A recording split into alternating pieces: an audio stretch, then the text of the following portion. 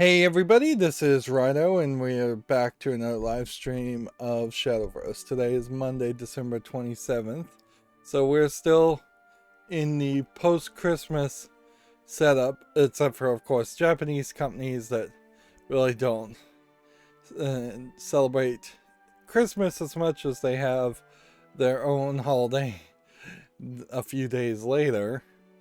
So, for that reason, we now are seeing, I assume for that reason, we are now seeing a crossover for Shadowverse and Shaman King, which is an anime, but not one that I think is airing currently. In fact, I don't think, unless there's been just a revival, I think there may have been a revival 3 or 4 seasons ago. Maybe they're getting another season on the reboot soon. If not, then they're referring back to Shaman King animes from early 2000s. A lot of times I say things are in the mid 90s, and that's wrong because I don't remember. Yeah, like pretty much 1990 to 2010 all feels like the 90s to me. But yeah, Shaman King was, I think, a fairly popular anime in the West when it first came out, and must have been popular enough in the East too. Retry. Oh yeah, you have to go back to the title, don't you? When it glitches to this. Well, maybe that was just a straight up glitch, because now it's Omen of Storms. And that would make a lot more sense. That may have just been an old crossover. Or a glitch, because, like, yeah. It would have made a lot more sense if they were tied into a Shaman King event 3 or 4 years ago. Like,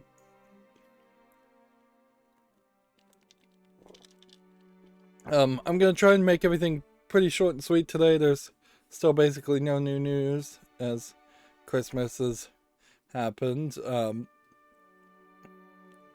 And I didn't do anything on Christmas Eve, Christmas Day, really, and did play some Fallout 3.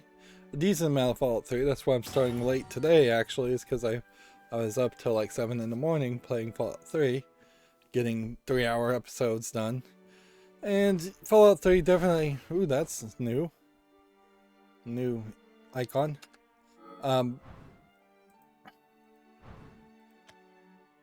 It does get kind of crazy. Oh, I guess there is a Shaman King tie-in. Interesting that they have like 2 different load screens. Okay, complete limited time missions for up to 500,000 roofs. Play 10 private matches with different players during the event for a chance to win 5 million rupees. Well, certainly if you won 5 million rupees, that would be a decent amount of rupees. You also have a temporary deck ticket.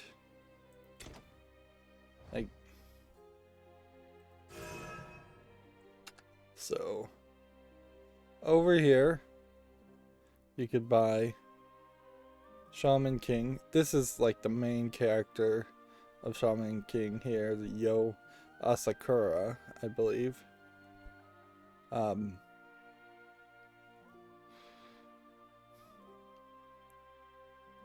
a funny way, it probably, having not watched Shaman King, it probably wouldn't be too far to, just from the visuals, assume that Shaman King is a Japanese take on Ghostbusters.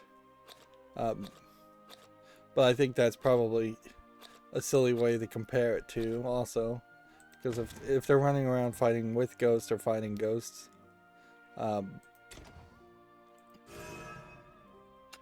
let's see, decks, shops. Whoa, we're looking for pre-built decks if we have a pre-built ticket. And then we could really use one of the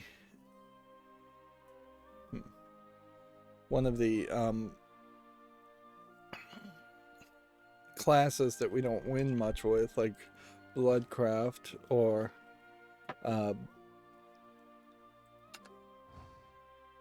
like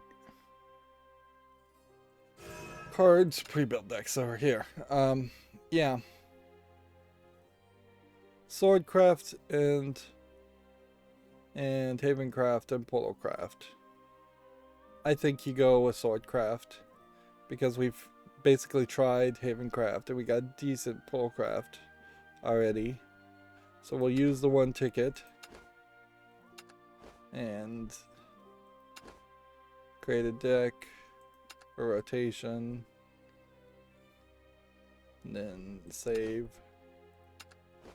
Just try to keep everything nice and easy. Now we're to the third here. And look, all of our decks are once again out of rotation. So everything's a nightmare. The card games, collectible card games, really need to address this issue more than most other issues. Like there are some other things that smart people already know about and know how to really deal with, but the idea of just invalidating everybody's deck so they jump into the game and then they can't play until they do something they might not want to do, which is build a whole new deck on cards they don't understand or don't know about, is a problem. There should be some kind of guide or setup here. Something that straight up says, hey, here's 3 recommendations of random cards to replace these cards with.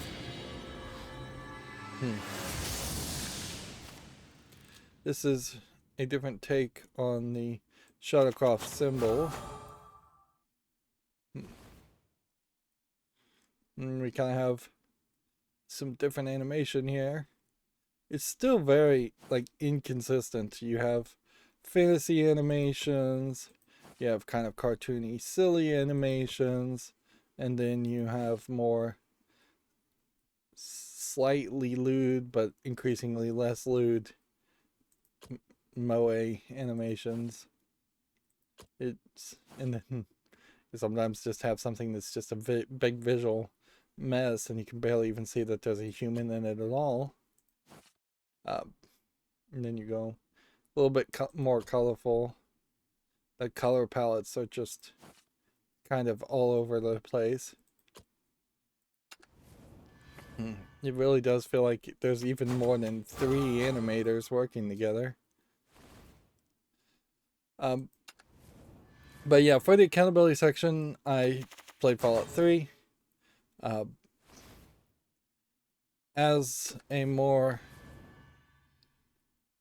adult / independent person for Christmas presents, I knew what I had bought myself, and that's pretty much it. So I bought a Amazon music box Orrery. That's ORRERY, which is a mechanical representation of astronomical bodies, mostly the solar system.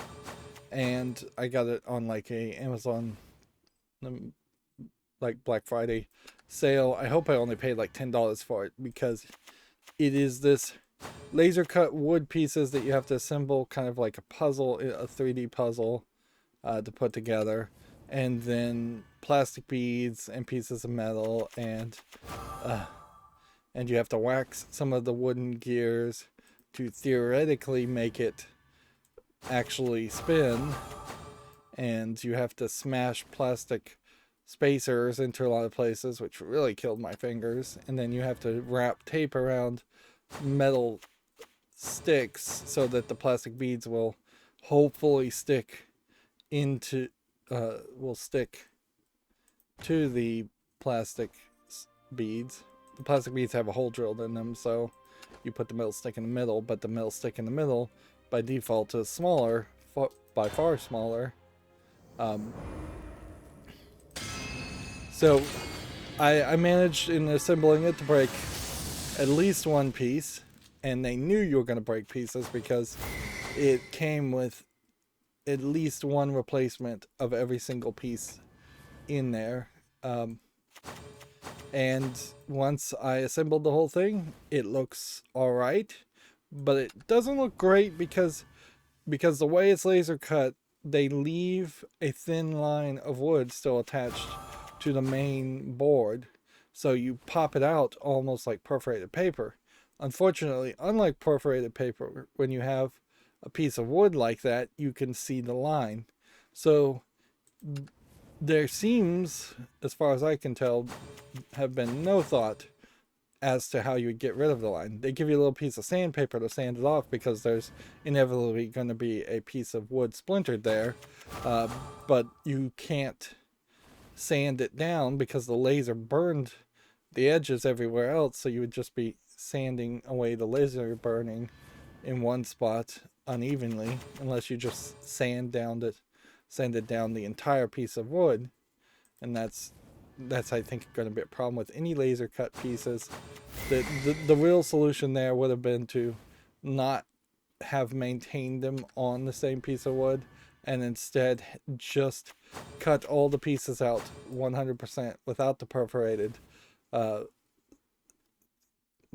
part, and then given a bag of pieces to the player, not unlike how Lego pieces are just in bags of pieces.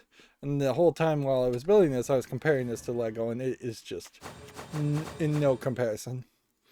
And yeah, it took me a relaxed 2 days to put it together, and then it didn't work. You wind up the music box and it locks up the gears, and so the music box, without maybe a lot of winding, won't actually play all the way through the song. And sometimes the gears, when they're not seized, it will spin correctly, but most of the times it won't. So it is now just basically a shelf piece that doesn't even look that good. There are some Lego My Own Creations that are trying to make orreries that also don't look amazingly great. If Lego actually embraced that idea and released an official set, I would hope for it to be a lot better. But there is also kind of a sizing issue, particularly if you want it to actually be accurate to what it would actually be like.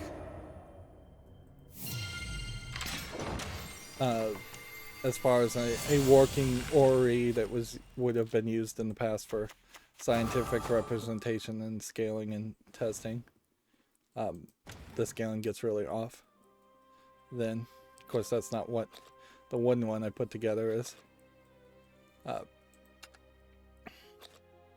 yeah, it was very poorly designed, even in its steps. It had 10 steps, but the steps were actually very long, and unlike Lego, which tries to on occasion.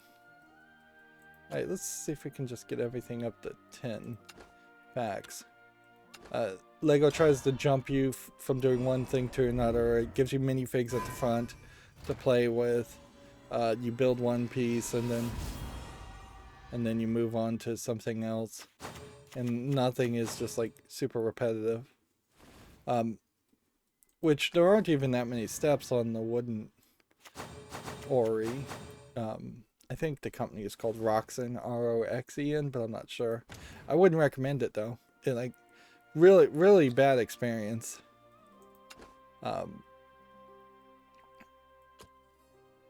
But yeah, I can stick it on the shelf. And the truth of the matter is, buying a real orrery, one made out of mechanical gears, which is really what you would have needed, would have cost me starting at $600. They're extremely rare and expensive.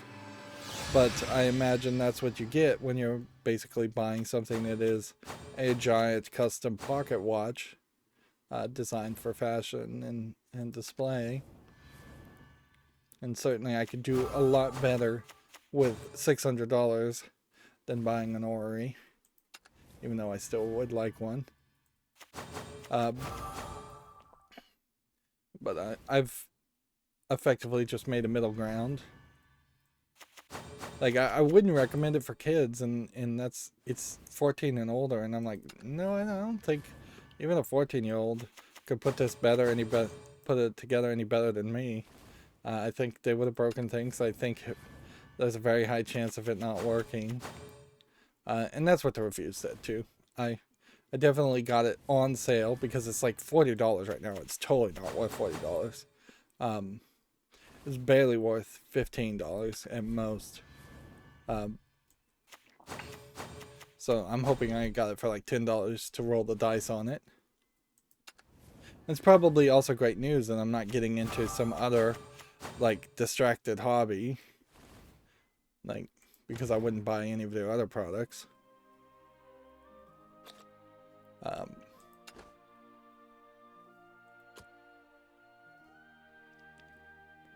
Let's see. Just trying to get like to the point where we've opened 9 packs with every old card set, which is probably not the right way to play this, but whatever. And then I purchased the games I showed off in the previous stream as far as the Steam storefront. It's not really worth my time to go through the Steam curator feeds to get one trading cards. In fact, I just sold all the trading cards for just like the bare minimum that Steam wants you to sell them for. And so it's like you get 30 cents back for spending $350 on video games after taxes. And I did make 3 badges. Although at this point there's kind of no reason to make more than 1 badge doing sales. Or any badges at all. I think a lot of people would argue.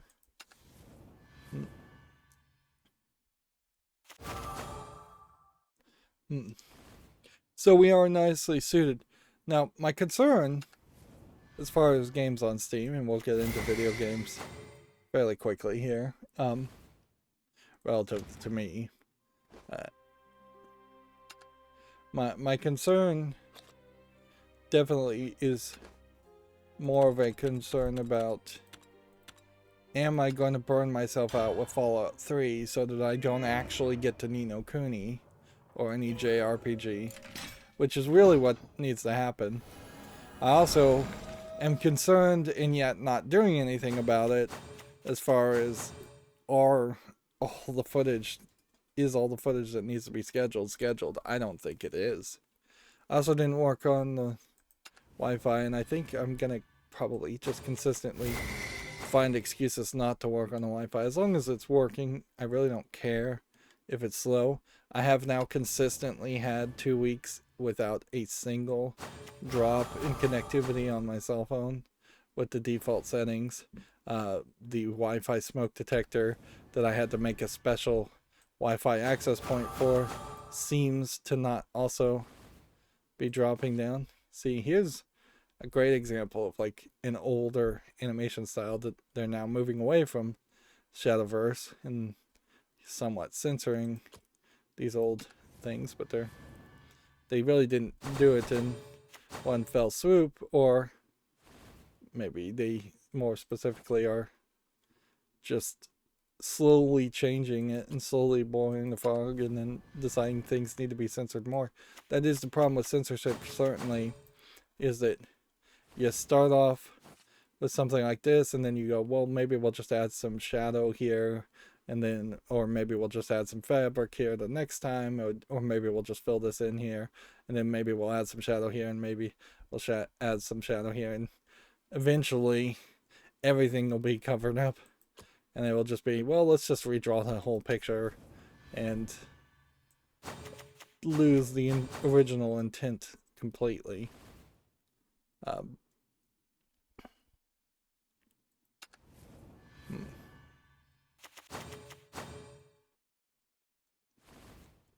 Yeah. It's a shame to see Shadowverse go that way. But I'm so glad Destiny Child still exists, because it definitely is not going that way. It's as lewd as ever. In at least the uncensored versions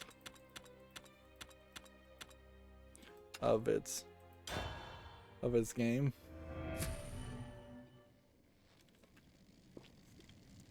But I do definitely have concern that Destiny Child will eventually just wrap up its story and not just go on forever. Because Shift Up is working on like 2 other projects, and unless they're just going to hire a bunch of people, I don't think they have enough bandwidth to work on their other 2 projects at the same time.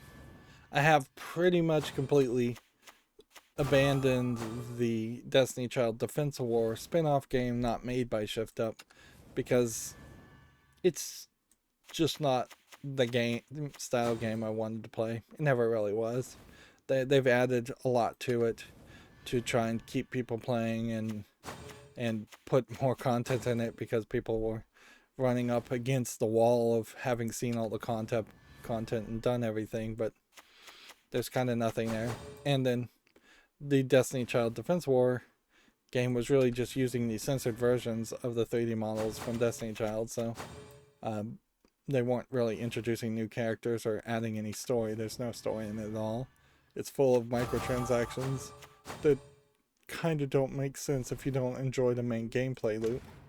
In a lot of ways, Fallout 3 is also in that same situation, where the systems in Fallout 3 only make sense if you enjoy the gameplay loop. Otherwise, it kind of doesn't. And there is real argument to installing a mod that just lets you have infinite carry if you want to carry things, or have infinite caps if you don't want to carry things, or have infinite bullets if you don't want to have to collect bullets, or infinite sneak if you want to be a sneak and the thief. Like, they're theoretically ways you could play Fallout 3 that in reality you really couldn't, because there aren't solutions to the main story quests as a sneaky thief, or really even as an assassin. I don't think you can just kill your way through everything. Even Skyrim, which definitely addresses a lot of those issues, doesn't really let you play the main stories by just being a thief or an assassin. I should have played Fallout 3 before I played Skyrim. It would have been much more logical to say, oh yeah, I notice now that this has been improved from Fallout 3. I'm not sure that really Skyrim took any notice whatsoever of any improvements in New Vegas. And definitely, now that I have like all the DLC for Fallout 4, we will be in a situation.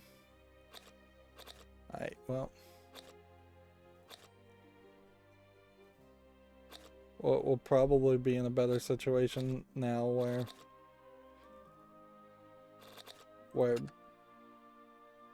Fallout 4 plays a lot better. But I still have this idea, and it's an idea I'm in love with, obviously, because it's my idea, where a semi-prequel Fallout would make a lot of sense. At the very beginning of your game, they put some kind of like mental programming or like digital memories into your brain of a pre-war Fallout right when the war is happening, as like a historical record, and then you would walk through an area, and every now and then you would just hallucinate that you were in pre-war Fallout, fighting against I guess the Chinese. That's who they mostly fought. Um, or you're just seeing memories right after the bombs fell, where you're fighting against desperate survivors and raiders and scavengers. Uh, and then when you would break out of those hallucinations and those memories that would have been implanted, you would have realized that actually, no, you were still hundreds of years in the future after the bombs fell. And you were just shooting super mutants or feral ghouls or just random enemies, random raiders. The reason why you would want to do that, and you definitely see it in Fallout 3, is I went through a hotel, and the hotel had like 6 floors, and it was all about going from point A, like the north side of a hotel. One second. Sorry, needed to pick up the remote for my recliner. So going through the hotel is like, you would start at one point on the north side. You would have to run to the south side to go up a stair that was partially collapsed. You would go up to another floor that's basically the exact same floor, or the exact same appearance. And let's see how many extra cards we can look for. We're at 15,410 now.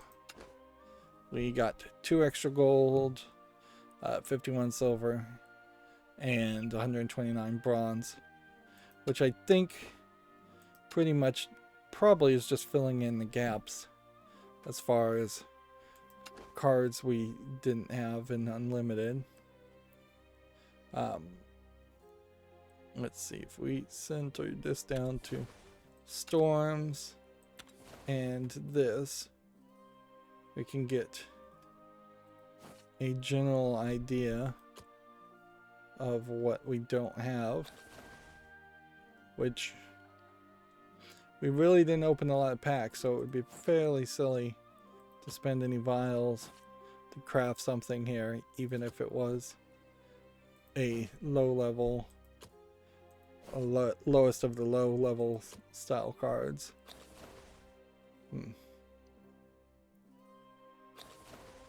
Pretty much everything here should be labeled as new, but oddly a lot of it is not. This is one of those card games also where it would make more sense if some of the older cards could be converted or used instead of the newer cards, or in parallel with the newer cards.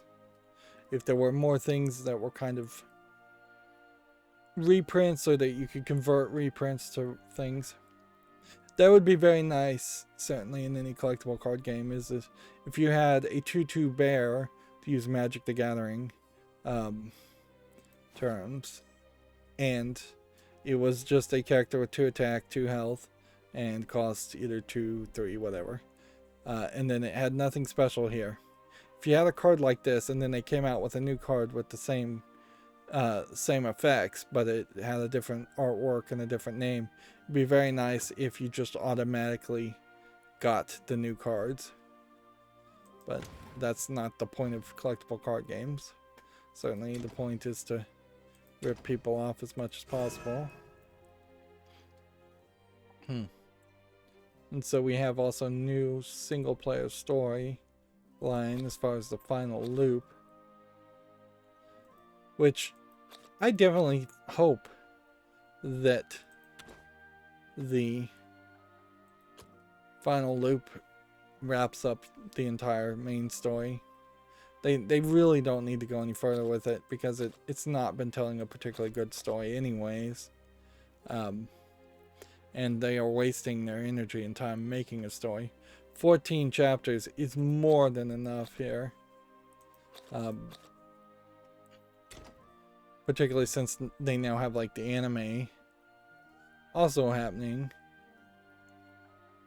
I basically can't do anything right now either without building a new deck. I could start a private match. We could clear the chapter, play 10 private matches. Otherwise, we're Forcecraft and Swordcraft ranked victories.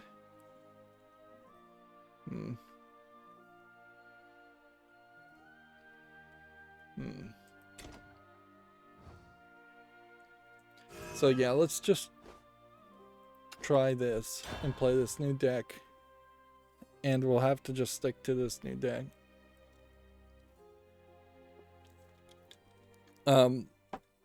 Yeah, I may do some private matches off screen, but I don't even know if it's really worth my time for that.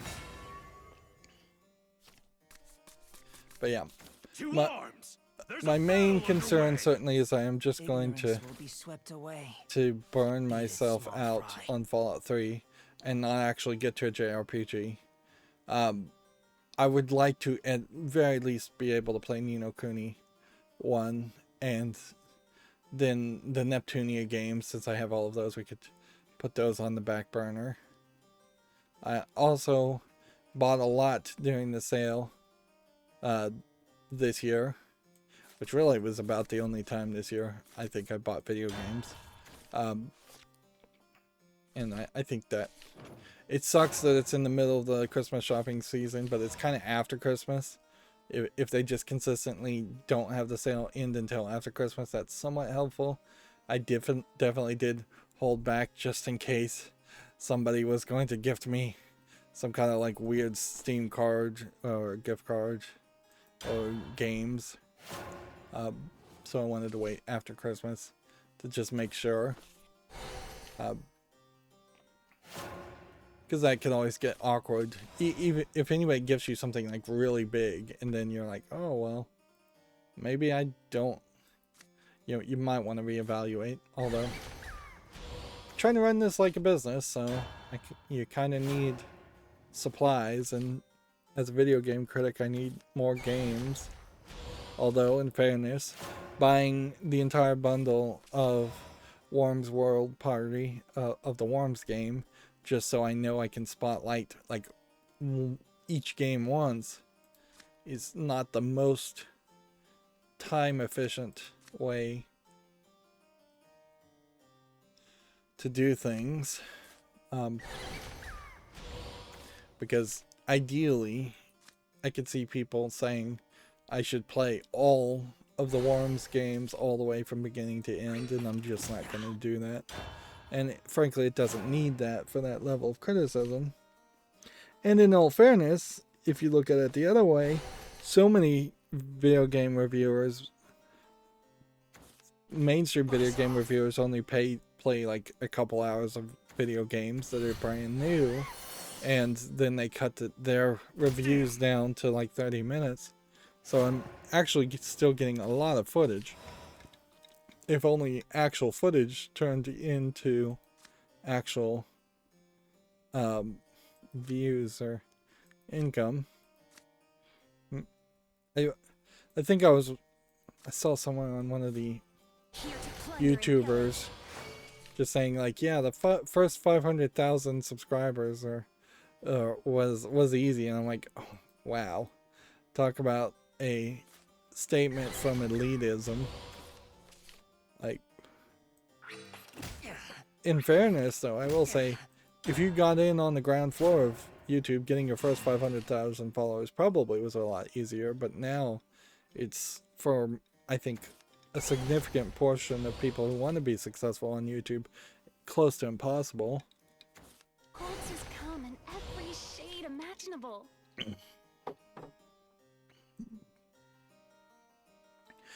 Well, I think that's as much as there really is to talk about.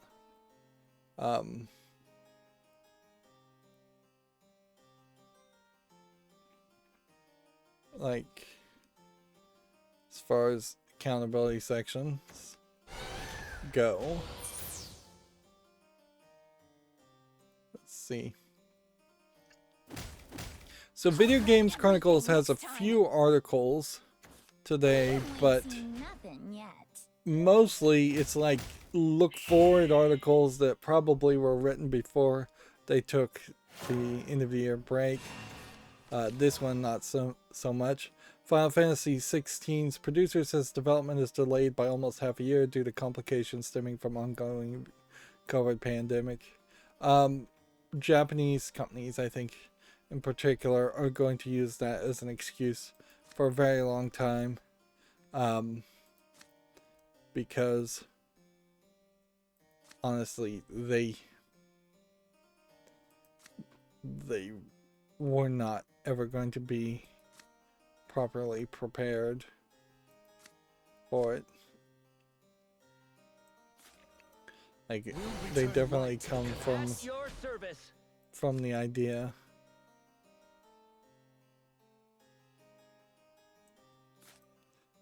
Yeah, they definitely came from their standard Japanese idea of they could just keep on doing things the way things had always been done, and everything would be alright and everything would work out, because that's the tradition. Always is that if you just follow the rules, everything will work out perfectly. Or if you do the things the way they have done. And then that's kind of the problem, is that for lack of a better term, Japanese companies are just not liquid. They are incredibly rigid and still doing things with fax machines and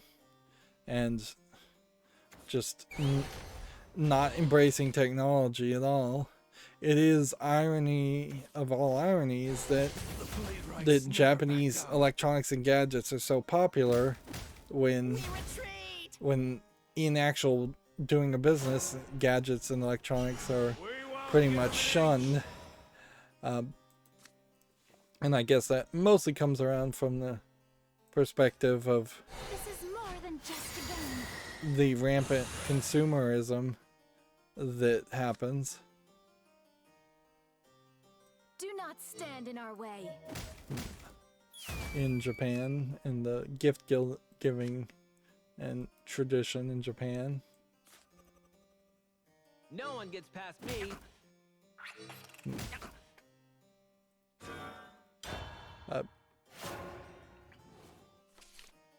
The good news is, though, I do feel like there is a slight improvement as older people in charge of Japanese companies are retiring, and we're moving from people who are 70 and 80 years old in charge of companies to people who are now in their 50s being in charge of companies. And with that, there's at least a slight generational shift towards more modern concepts, although nowhere as much as there should be. Arguably, the U.S. political system should also take that step and stop electing people that are incredibly old, even not just for president, but even just for senators and representatives.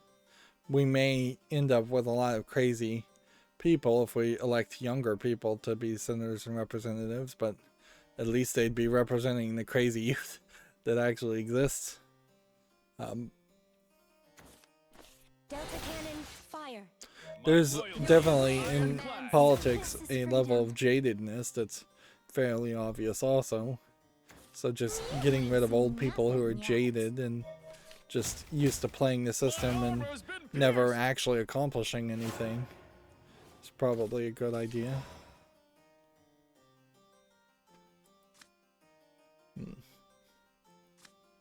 But yeah, let's not get political. I do believe we have a case. Your queen commands you. Fastest blades in the east. Your queen commands you. Shashing! This world is filled with mystery. Okay. Do not stand in our way. No one gets past me. Just go ahead and evolve this guy. Closer to victory.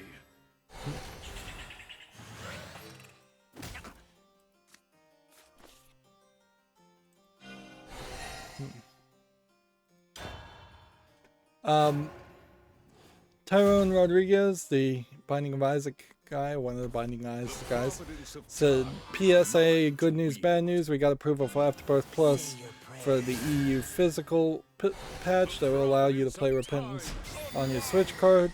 The bad news is the earliest we're allowed to release it is 1.18.22, but we did it, and you're all awesome. So he's really writing this more of a European time scale, so that's January 18th, 2022. That's not too terrible. Here's a artwork, pixel art version of Binding of Isaac, which honestly would not work particularly well for like a Game Boy depiction of that. He's the executive producer of Binding of Isaac. So yeah, I did get Afterbirth, not Afterbirth Plus or Repentance as DLC, so I don't want to immediately jump into playing more Binding of Isaac because I already made a lot of footage there. But within 6 months, I definitely plan on playing it some more. Like, it may just very well be kind of an annual tradition.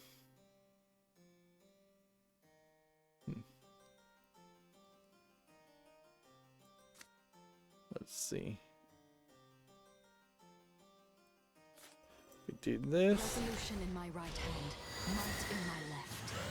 And then this. My aspirations And give then me this. strength. Aspirations give me strength. And then this. Two blades in one go. Time stops for no one. Well, that worked out fairly nicely. General, we destroyed them. The battle pass is reset. Not that I care about the battle pass. Alright, this might work. 3 ranked matches here, we're getting progress. 3 ranked matches here, we're getting progress. 6 ranked matches here. 3 ranked here and 3 evolved characters here. So yeah, if we can just get 2 more victories, we'll be done. Insomniac Games 2 hours ago put out their 2012 holiday card, which honestly at that point it kind of feels like you're just spitting in the face of anybody who cares about the holidays to A, put out a happy holidays late, and B, make a joke of it. Like, if you are going to do this, I would say you would have to tread very carefully and put out a previous holiday card, which,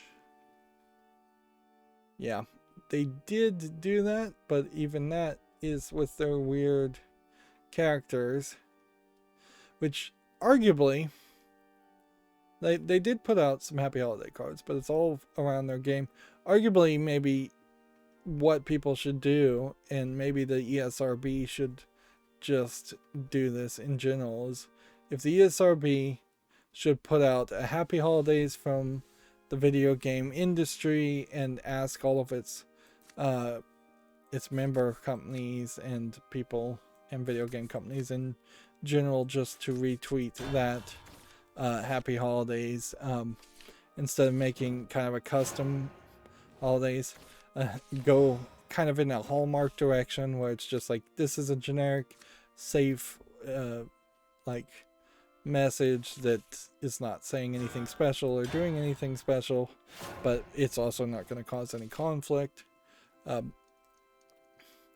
Within that, the ESRB could also put out a annual guide as far as here's how you read our age rating system if gifts have been given to your kids from like family members who maybe don't understand, because isn't that the constant mistake that's made, is that grandma gives a rated M for mature game to a like 10-year-old, and some parents don't care, of course, but it would at least be nice for them to be informed.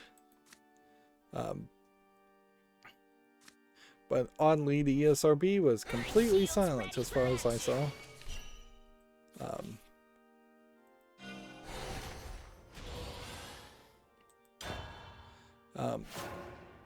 I did manage to see online somebody who bought their kids a whole bunch of Lego, and they were just all over it. This kid was probably about 10 years old at most, and they were buying them Lego sets that were for like 10-year-olds, then some were for 12, then some were definitely for 18-year-olds and plus, 16-year-olds plus. Just all over it in different styles and series of Lego. And then they also bought them a Nintendo Switch, which is like, it's kind of funny, but I guess I do consider Nintendo Switch something that is appropriate for a 10-year-old, where I would actually not consider some of the Lego sets appropriate for 10-year-olds. And it's not because there's any mature content in Lego sets, it's just how many pieces and how small the pieces are, and are you gonna have to put a whole bunch of stickers on things. Arguably, even the Lego idea set for Sesame Street and Winnie the Pooh are too many pieces for its target audience, and really there should have been Duplo versions of those sets, but then that would have looked pretty bad. And I guess Lego was, at least at one time, embracing the idea of playing together. And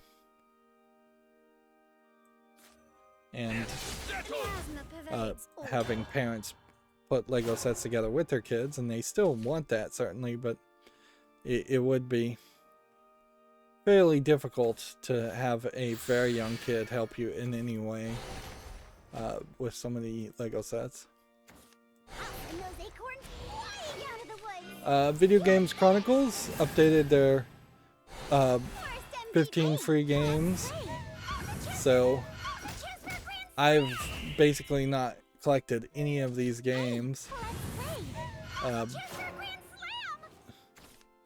but as of the 27th,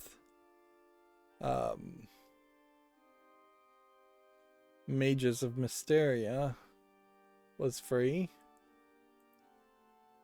2K put out this weird thing. Hashtag Monday Motivation, filling out our 2022 your Twitter interactions with a lot more you.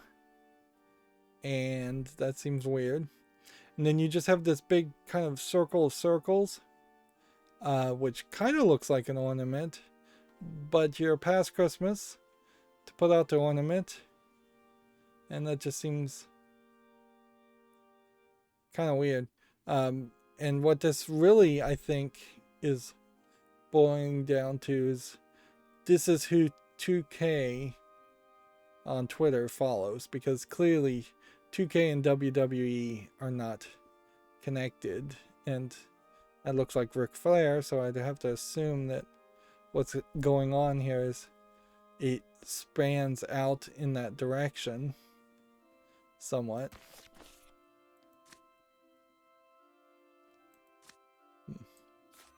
Here to plunder and pillage. We'll return light to the canals. At your service.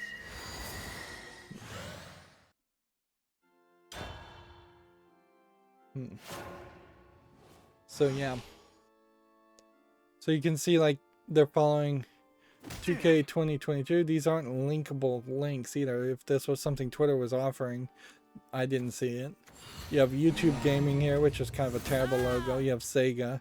You have a lot of pictures of people that I wouldn't be able to recognize. I don't. You have Borderlands, and then like a Mad Moxie, I'll grab everything next time. a WWE card game, maybe 2K. Maybe this isn't directly WWE as much as this is a WWE. No, this would be WWE 222 here. I think this might be Twitter gaming instead of YouTube gaming. Here's Ubisoft. Here's Twitter in general. Here you can see a 2K Europe or something that's more LGBTQ plus than standard UK. There's another Mad Moxie thing here. Borderlands things. Yeah, I just don't know what the point of this Twitter feed is, because it's not linkable. The only link here is going to chirply.com, which seems like not really what you'd want to promote. And seems like very much the same the same kind of Where's my post? We're ready to sail?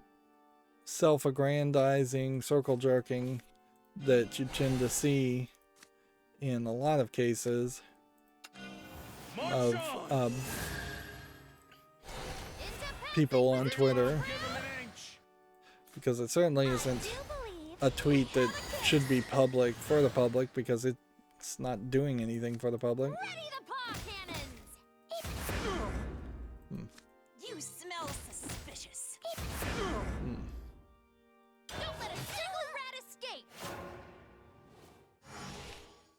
Let's see. Moving on, Arcane's Prey is free on the Epic Games Store. This was the 26th, which that's not a terrible free game. Although I think I just bought Prey. If I didn't buy Prey and didn't already own it, then whoops, I suppose. I did get Dishonored Death of the Outsider, but also I haven't played Dishonored 2. So it's going to probably take me a while to get around to that one. I also got the third of the Tomb Raider reboot, so we can wrap up that series.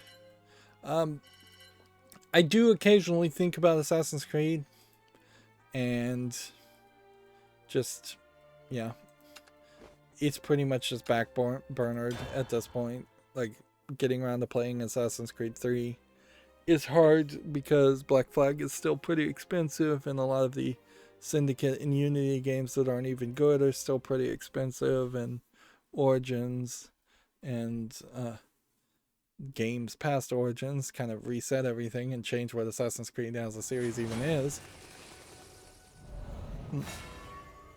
In a lot of ways, I'm trading Assassin's Creed to play Fallout 3 and other RPGs.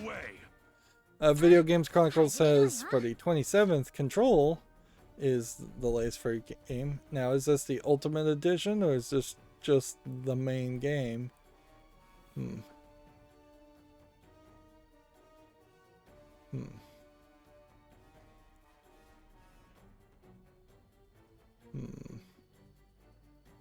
Because, yeah, that would be definitely a difference if you're not getting the DLC, of which you kind of need it. You definitely want it. Although, for me, I didn't even really want to play Control halfway through. I do think the experience is different, though, between playing Control and playing Fallout 3. Fallout 3, when I first played it, I was enjoying myself when I accidentally finished the main story. And it was only in the realization that I accidentally finished the main story. And I also think it was at a point where you actually couldn't continue to play the game. Or there was very little reason to load a save file back and play it. It was only after seeing the credits that I lost interest in playing Fallout 3. Whereas I wasn't even to the end of Control by the time I was bored of it because it was just so repetitive. And arguably, there's got to be a good mushy middle, a good compromise between fighting the same enemies over and over again in Control and just not fighting anything at all in Fallout 3. Or when you are fighting something in Fallout 3, you're fighting the same super mutants for 6 floors of a hotel.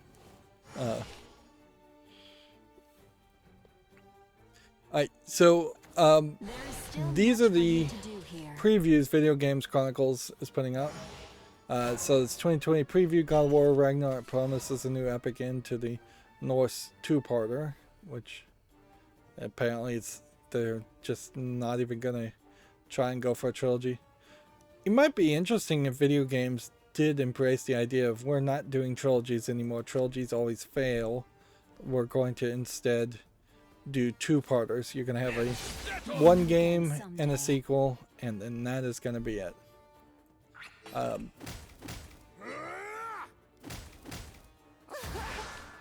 Yep.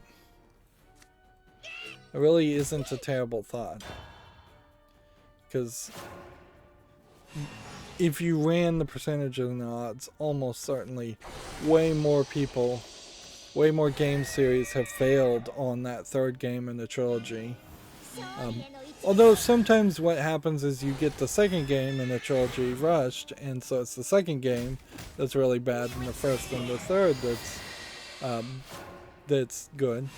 Although, frankly, if you're coming in with the understanding you're only going to have a Part 1 and Part 2, a Kill Bill Volume 1 and Volume 2, then that is potentially going to make it easier for you to just stay focused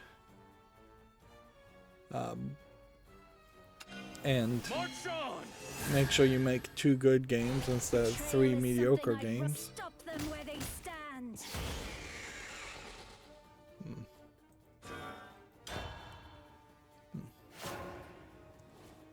But as for this article from Video Games Chronicle, though, it's really not something that matters. It's just a speculative. Here's a puff piece we wrote to put something out during the end of the year holidays. Feel the flow of battle with your ears. They also have one preview: Can Hogwarts Legacy survive a series of backlash? Which they are also doing a Harry Potter 20th anniversary TV special, so that'll be interesting too. I kind of agree with them.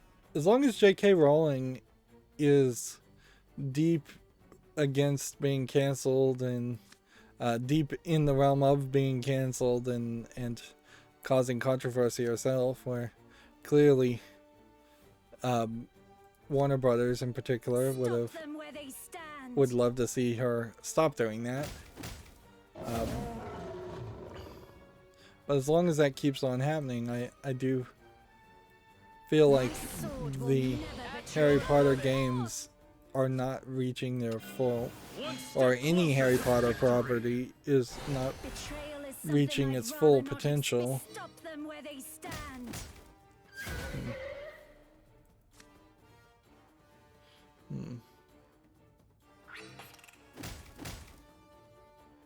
Let's see. No one gets past me.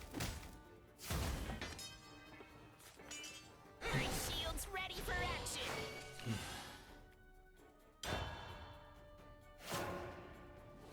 action. See, they also have a preview. Gotham Knight looks to step out of the shadow of Batman. I wonder very much if Batman doesn't just show up in Gotham Knights.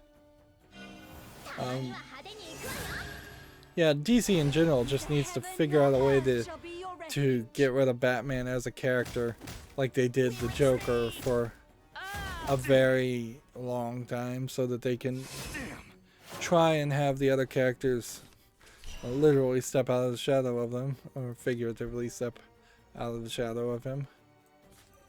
But This is more than just a game. I think arguably he's too big of a character.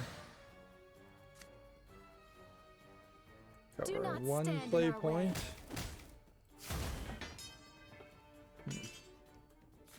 Rush. His blades in the east. Your queen commands you. Shashing. So, you No one refuse gets to past listen. me. That and that. They also have a preview. We have an inkling Splatoon 3 will deliver. I think they definitely need to come back and rethink and re-release Splatoon 1 and 2 as some kind of DLC. Alright, I guess I'm not shopping anymore, so we can turn on the ad blocking, but I'm not going to reload every single page on Steam that's open. So here we have a game on Steam called Timothy. I think we may have talked about this. My Looks thunderbolts fairly shall guide Game you Boy-y. if they don't kill you first. Doesn't support English. $9.99, Japanese only. Here we have one called Melody V that's already mixed. It's obviously a rhythm game. Looks very similar to other rhythm games, but slightly worse. $2.99 English, Japanese, Chinese. Is it over already? Here we have a game called Fat Baby, which it's too low polygon for its own good. The idea of a baby finding food, getting bigger, and doing a Katamari Damacy, like / Godzilla gameplay style is cutesy. I kind of find it funny, but it visually doesn't look good enough for that. $5.39 English only. This is the kind of concept that if you put more effort into it, I could see you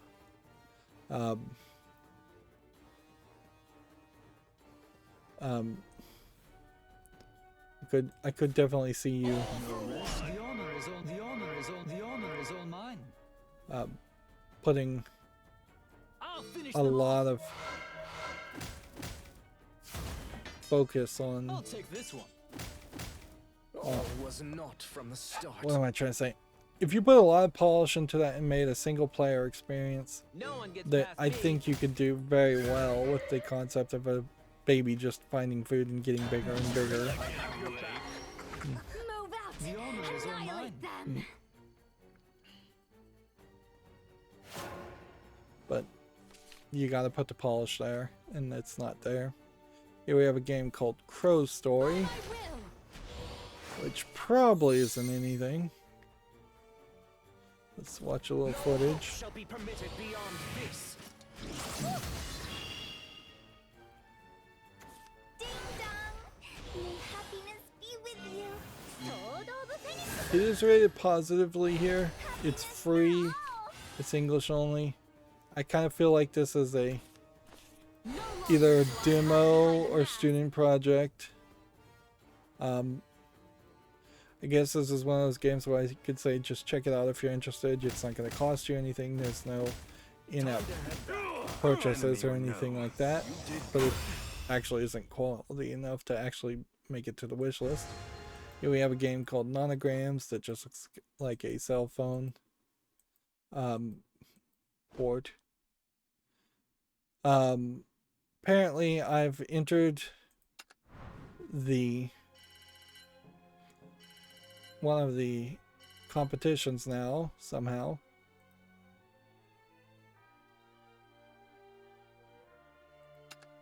To potentially win some more gold.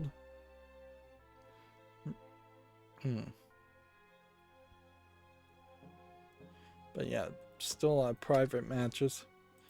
It's not really nice, certainly, to ask players to play your game in the middle of holidays times. Even if it's a daily game. Like, what's funny about Destiny Child, which is a game that asks you to play every day, no matter what, There's a battle and at least that's underway. more consistent, Is is fighting that despair all you know? at some point over the course of last year, they wanted you to dissolve a bunch of Christmas characters to give you bonus rewards. And I was a little short on Christmas characters at that point, even though they were giving me a ton of them. So I've been collecting these Christmas characters for ever since that happened. And the funny thing, though, there's not been another event this Christmas. I wouldn't be surprised if that's because Destiny Child Global is actually behind and yet trying to catch up with Destiny Child's Japanese version and the original Korean version. So there may very well be a Christmas event in 3 or 4 months. But I've been filling up my storage space with characters for several months, and it's been a nightmare. And I can't expand the storage space any larger. There is still much for you to do here. I'm still slowly transitioning to late game, but when the events happen, I'm not anywhere close to dealing the amount of damage other players are.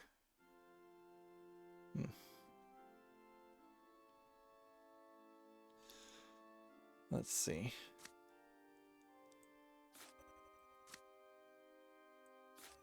Here to plunder and pillage.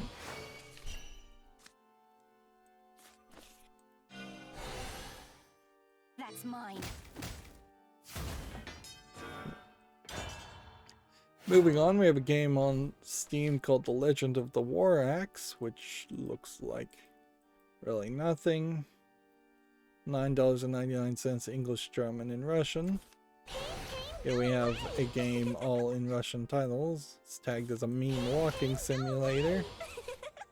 What's funny is compared to Fallout 3 though, this actually looks better. Fallout 3's color palette and everything being destroyed and damaged really hurts it visually. This is $1.39 Russian only. Obviously I can't put that on the fall list. Here we have something called Teocedia, which looks creepy. Kind of feels like a platforming Metroidvania game with some pretty creepy visuals. And when you get into weirdness and creepiness, you pretty much have to wait for reviews. It's $6.69 English, Portuguese, Brazil, and Japanese. Put that on the follow list.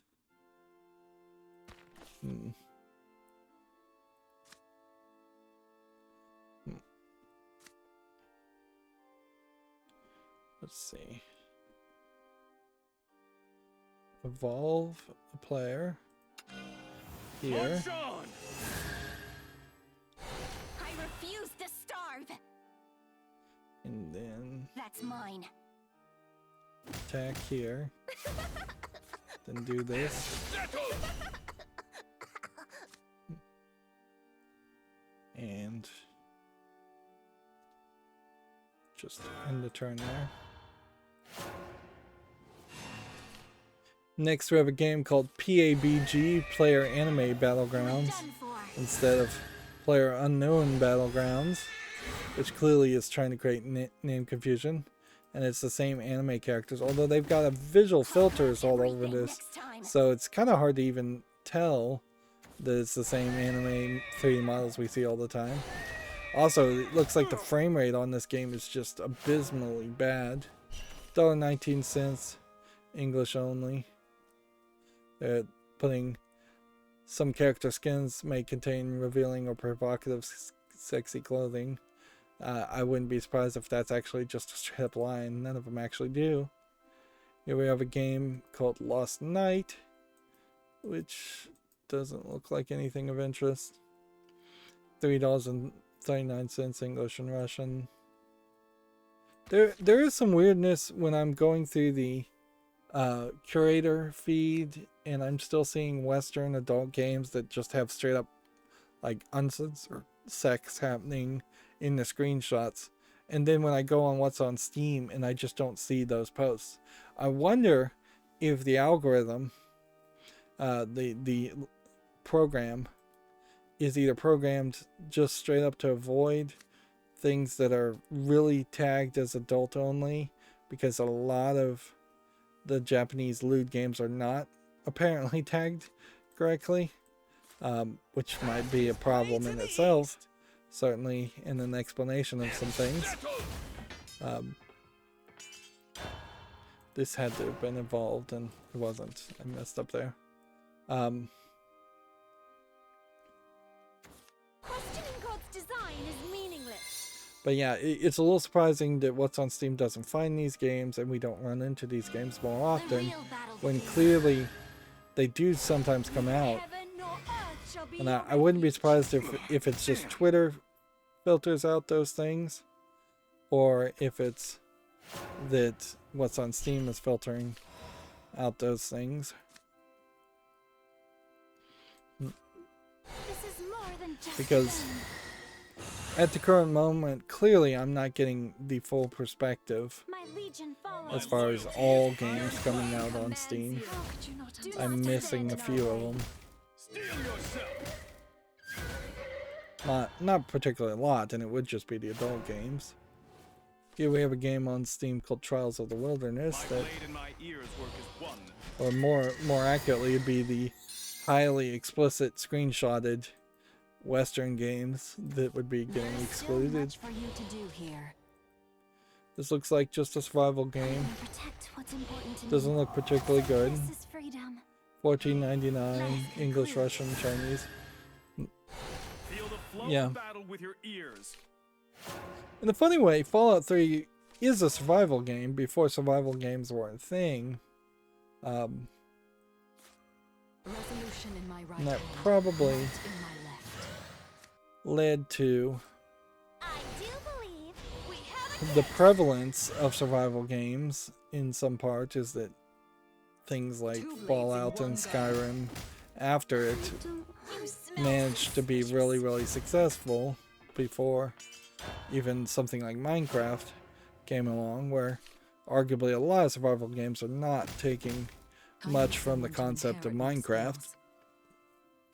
No hope shall be permitted. And in a funny way, I think Fallout 3 I'm never gonna Fallout get 3's this legacy is that they introduced a lot of concepts that then got copy and pasted and not really improved upon enough in other games. Damn. But then if Fallout 3 never had existed, I suspect then everything would just be a first-person shooter, and that would be even worse. No rest or love for the wicked. The honor is all. The honor is all. The honor is all mine. Right. Can we kill everything? We're going in. All was not from the I'll start. take this one. I'll finish them off. We'll meet again someday.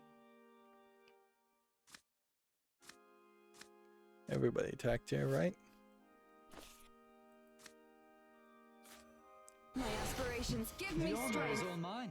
Now's my chance. And this pre-built deck is rather good. Next we have a game on Steam called Void Heart, which looks like it's a little too dark for my taste. Looks My like it's a thunderbolts shall guide you Metroid if they don't kill me clone first. with some bullet hell shooting elements, My a little bit more, thunderbolts shall maybe guide you. some time If they pausing don't kill me manipulation first. also. There's just not enough visual diversity here that to make you want to play this. $7.99 English only. Like every screenshot just looks exactly the same as the previous one. Here we have a game called Toad on Fire, which feels like it might be a box pushing Sokoban game, No better time for or a it drink. might just be nothing The real battle really begins. of any quality. Yeah, top-down shooter with a dash attack in very narrow sections. Yeah. I don't think there's anything there. That's $9.39 English only. Everything got eliminated there. Let's see. Do this. My shield's ready for action. This. Here to plunder and pillage. this. Here to plunder and pillage. 1 damage to an enemy follower. Rush to an allied follower. Start with that one.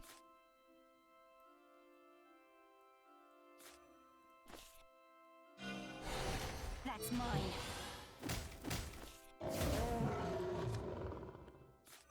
To this. +1 here. 1 damage to, like, I don't even know what you would want to use 1 damage for, so we'll save it. Move out! Annihilate them! I guess maybe I could have evolved that and killed something. I might win here if I can just get him to draw 12 cards, but doesn't quite feel like that's gonna happen. Here we have a game on Steam called Mage Tower. Looks like it's a Chinese kind of Bomberman clone. Free to play, Chinese only. I guess it's time to take a seat. Next we have a game called Santa Slays Nazis, which, no, we haven't seen any game with Nazis in the name or Nazis being depicted in a while. Wonder if there's been some level of censorship there. What's funny is you also have this like character that, I don't know if this is supposed to be Mrs. Claus or just a different Santa Claus or what, but you have this weird split screen in every screenshot.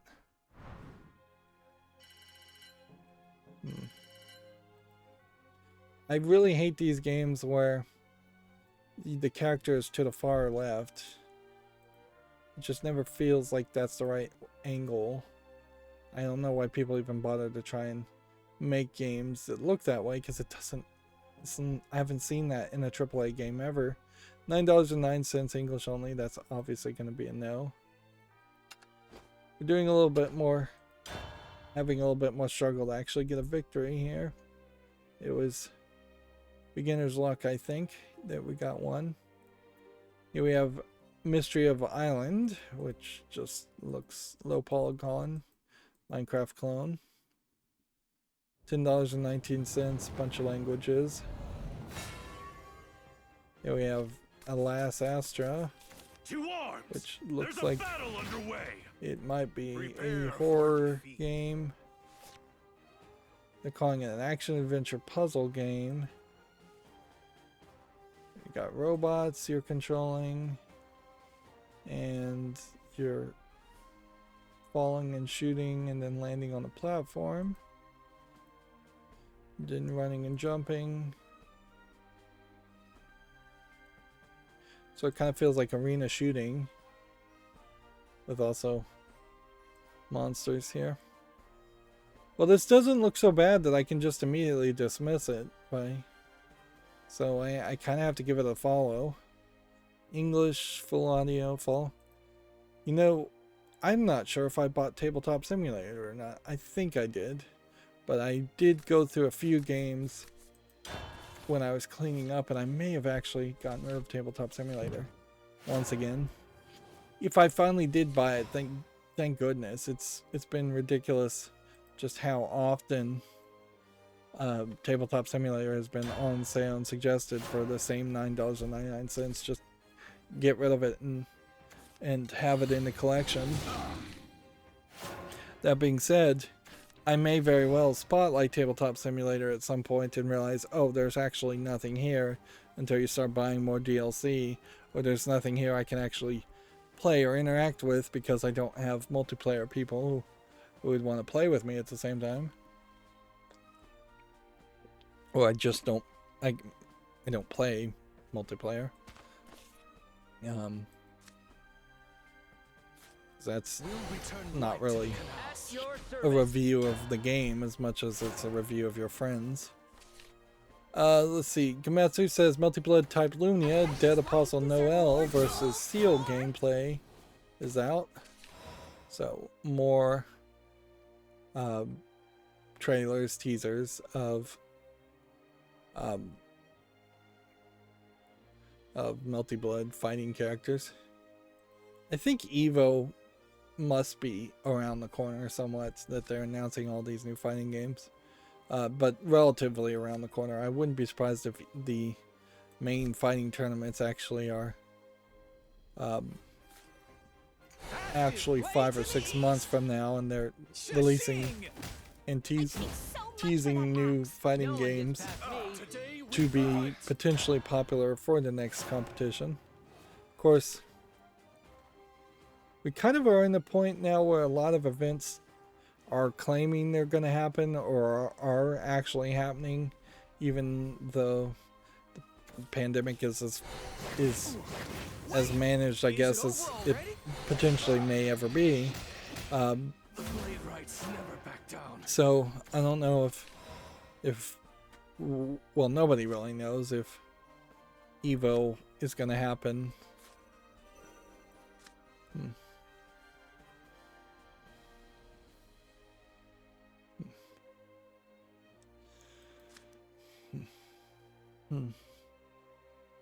No one gets past me. Just gonna wait this turn. Yeah, we don't know if any of those events are gonna happen, and Show me the limits of your will. you kind of need to be face to face for a fighting game tournament because the network lag is too much of an issue. Moving on, Gamatsu says BlackRock Shooter Fragment for smartphones has been announced for iOS and Android, which either there was an anime called BlackRock Shooter, or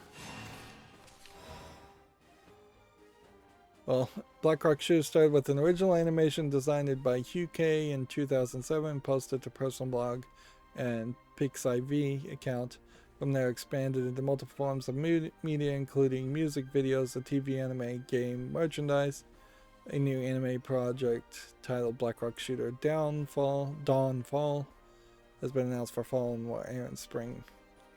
So, yeah. And I guess it is worth pointing out that, yeah, a lot of times I call something an anime, but most of the time, if something is an anime, it was either just art or a manga or a short light novel, as they call them. Animes usually are later in the process. Shields ready for action. All right.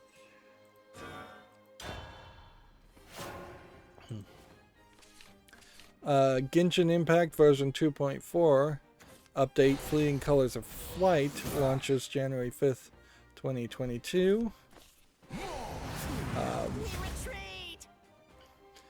An anime called Witch on the Holy Night anime movie has been announced. I don't know why Ginmatsu is talking about that. Oh, I guess because it originally was a visual novel for PC. So there's your video game reference.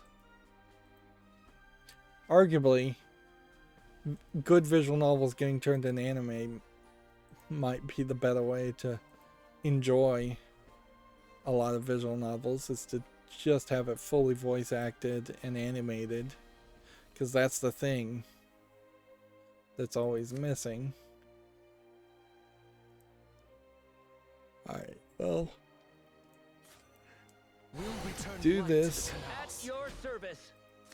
evolve this. March on! Our courage shines upon these streets. Do this. I do believe we have a case. You Hit smell that. suspicious. I'll see you in purgatory.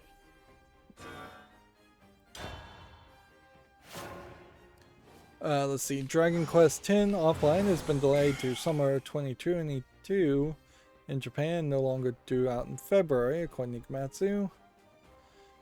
Triangle Strategy Character and Story Trailer 2, Frederica A.S. Frost.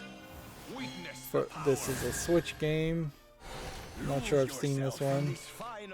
Definitely feels vampiric. This is also apparently a Square Enix game.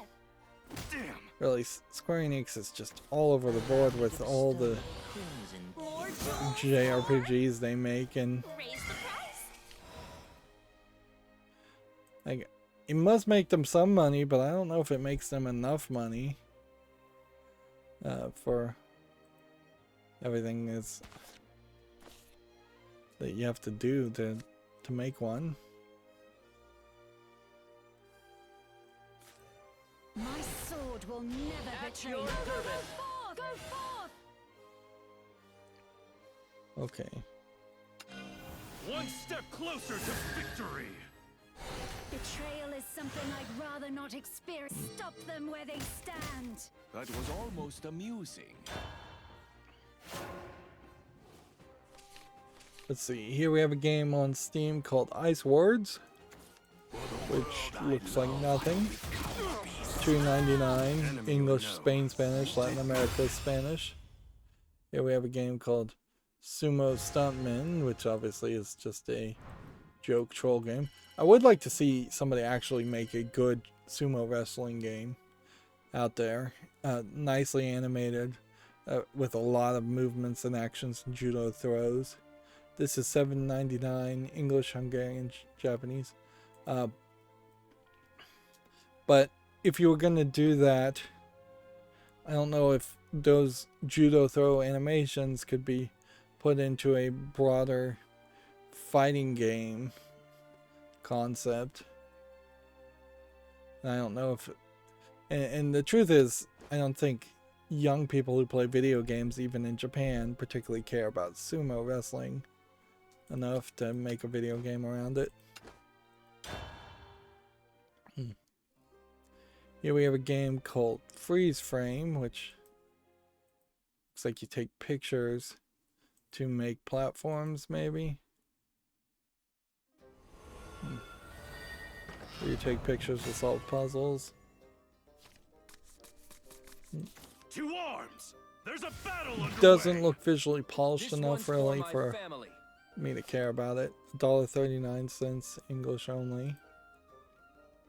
And yeah, we are definitely just in kind of catch-up mode right now, as is most Mondays, where we're just trying to catch up through all the games that we left over the weekend. Although not a lot of games actually came out this weekend because of Christmas.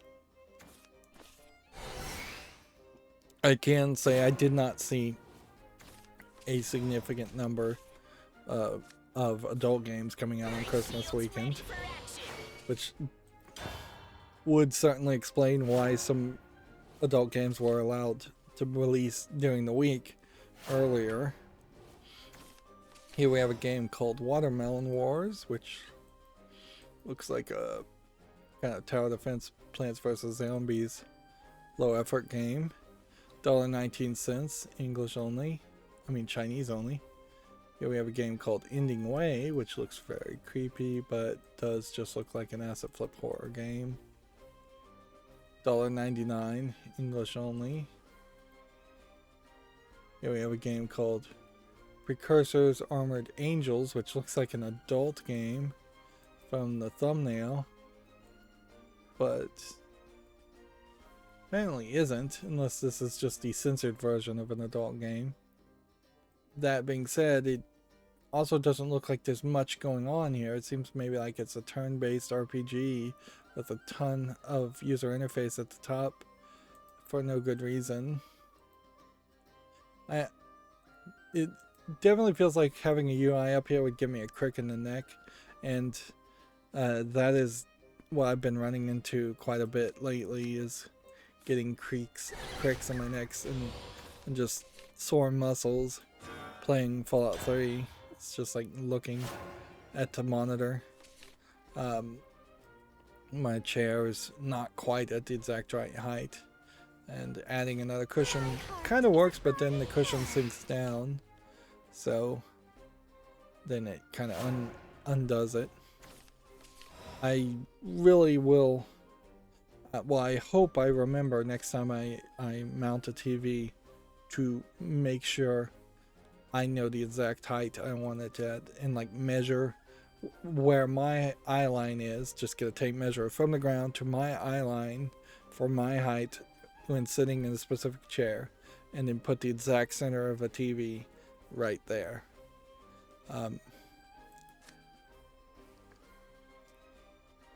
But yeah, I didn't do that. I didn't even think of that. That's one of those cases where if only you think of everything before it becomes a problem, everything would always work out, but sometimes you just have to move forward and see where the problems arise. Now, I'm a big fan of that style of setting up things in development, and even when I'm programming, is like, sure, I could try to anticipate every program and just get stuck before I even started writing a single line of code because there's an infinite possibility of problems, but it's way more efficient and easier and intelligent, really, to just see what happens. If you discover a problem in QA later, when you're testing your code or working on a project, and a lot of times you just have to get hands-on with things and try them first to realize any problems that might appear. Moving on, we have an Angry Rocketer Frenzy, which looks like nothing. $14.99 English only, really expensive game. We have Sphere Game Epic, which looks like nothing. $1.79, whole bunch of languages. Here we have a game called The Rise of the Tianling Sect, which looks awful. $2.99 English and Chinese. Here we have Midnight Submersion Nightmare Horror Story Prologue, which is a prologue, so we can ignore it without really considering it. It probably is an asset flip horror game anyways. Free English, allegedly full audio. We have a game called Devil Should Die, which looks like a cell phone port of a Battle Royale clone. $1.89, English only.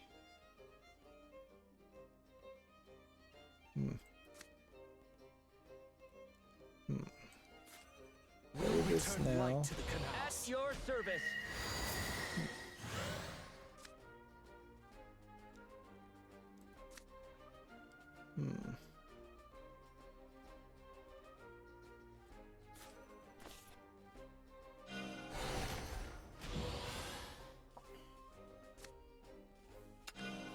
March on! Follow here. Attack here. Attack here. And No one gets past sure, me. we'll just attack there.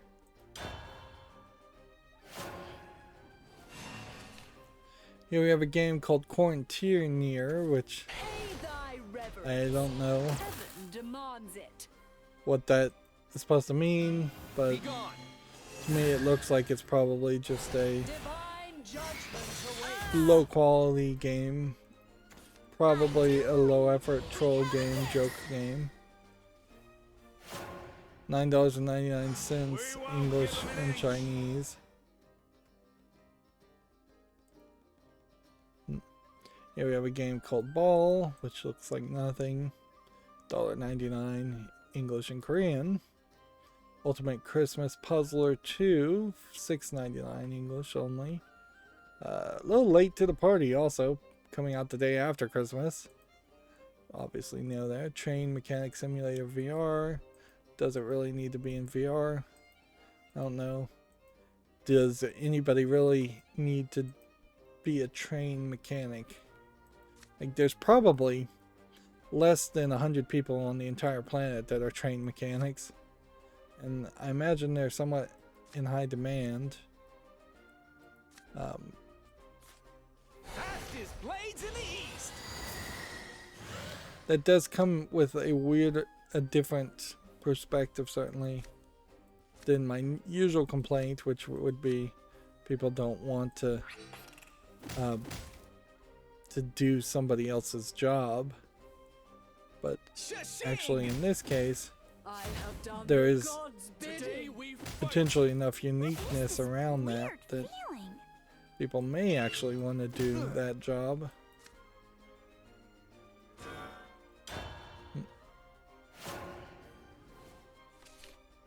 So for that weird reason, I guess I'll put this on the follow list. $26.99, bunch of languages. I'd like to see if anybody reviews it, but it being a VR game, that's really expensive for a VR game, and I wouldn't be surprised if people never review it anyways. Here we have another Search All game, Search All Potions for 49 cents. Allegedly full audio in every language Steam supports. Here we have Human Guys Chapter 1, which looks like it's kind of a point-and-click adventure game. A little rough in kind of like a hand-drawn pencil animation style. Let's see, what do they want for it? $2.69 English and Russian. It is episodic, but I'm not going to just dismiss things because it's episodic, so I'll give it a follow. I do wish people would stop making things episodic, though. Of course, if I'm not really penalizing them for making things episodic, then am I really helping the problem? Alright, well, Shashing! here, Wait!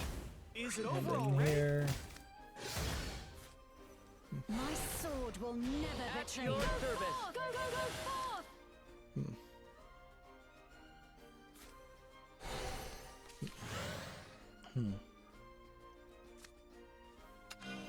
One step closer to victory. I'll save you all. No one gets past me. I never get a chance to speak. Let's see. Here we have a game on Steam called Jester Street Card Counting Trainer, which I'm not sure if you really need a trainer for card counting, and I'm not sure it needs to be in VR. There's a lot of screenshots here that seem to have nothing to do with card counting. $8.99 English and Chinese. It actually isn't VR, it just looks like VR for no good reason. Yep, this is all over the place. I wouldn't hate the idea of a card counting trainer game, but that's kind of the only thing. I can see the beginning of the end here, which is good.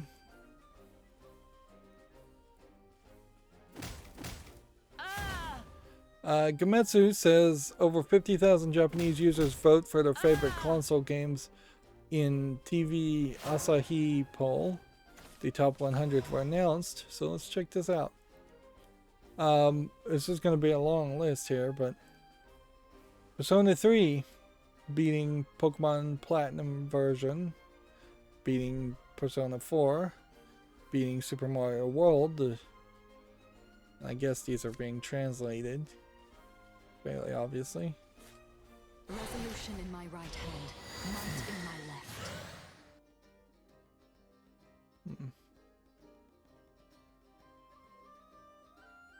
Let's see.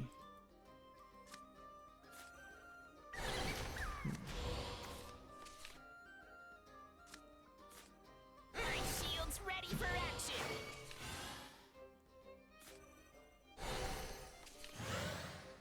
Two blades in one go. Just like totally full. No, my fin would not be good with soup.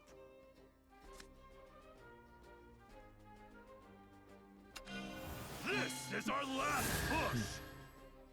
Betrayal is something I'd rather stop them where they stand. No one gets past me.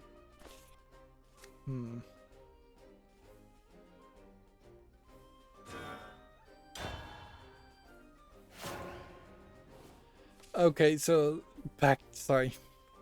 Got distracted playing. Super Mario World Romance of the Three Kingdoms, very high. Interesting. So there must be a specific Romance of the Three Kingdoms game that's very well regarded.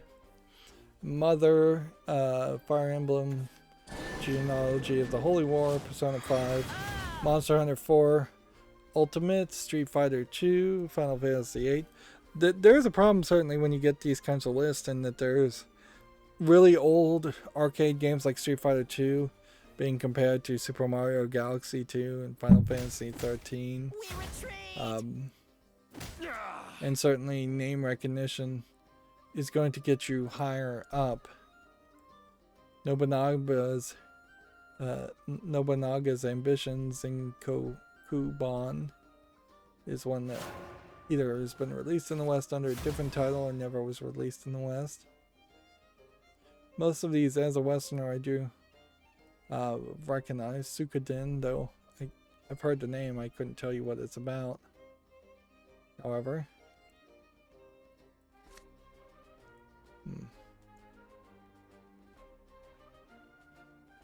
let's see if this works. Strike. I've waited for this moment. Fight on that? There we go. Fastest blades in the east. And then do that.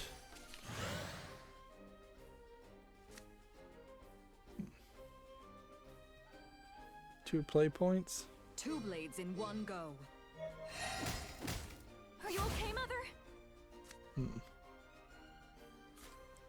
Fastest blades in the east. Stop them where they stand.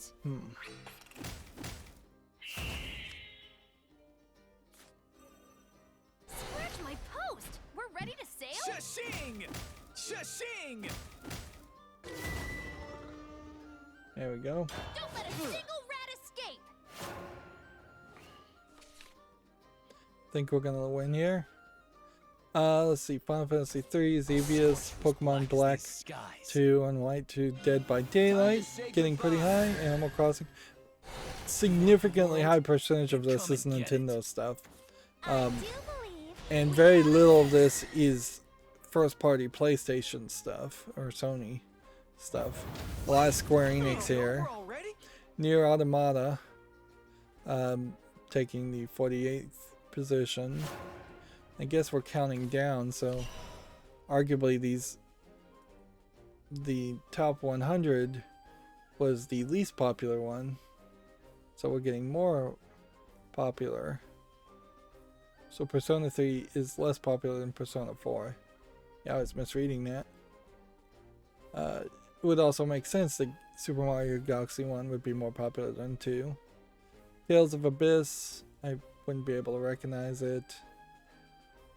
Some of these Kirby games are getting fairly high. Persona 5 seems to be more popular than Persona 4. Which, yeah. Definitely feels like...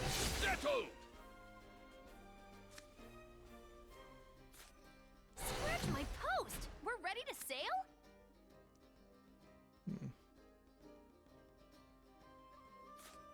My sword will never betray your you. service. Go forth! Go forth! Don't let a single rat escape!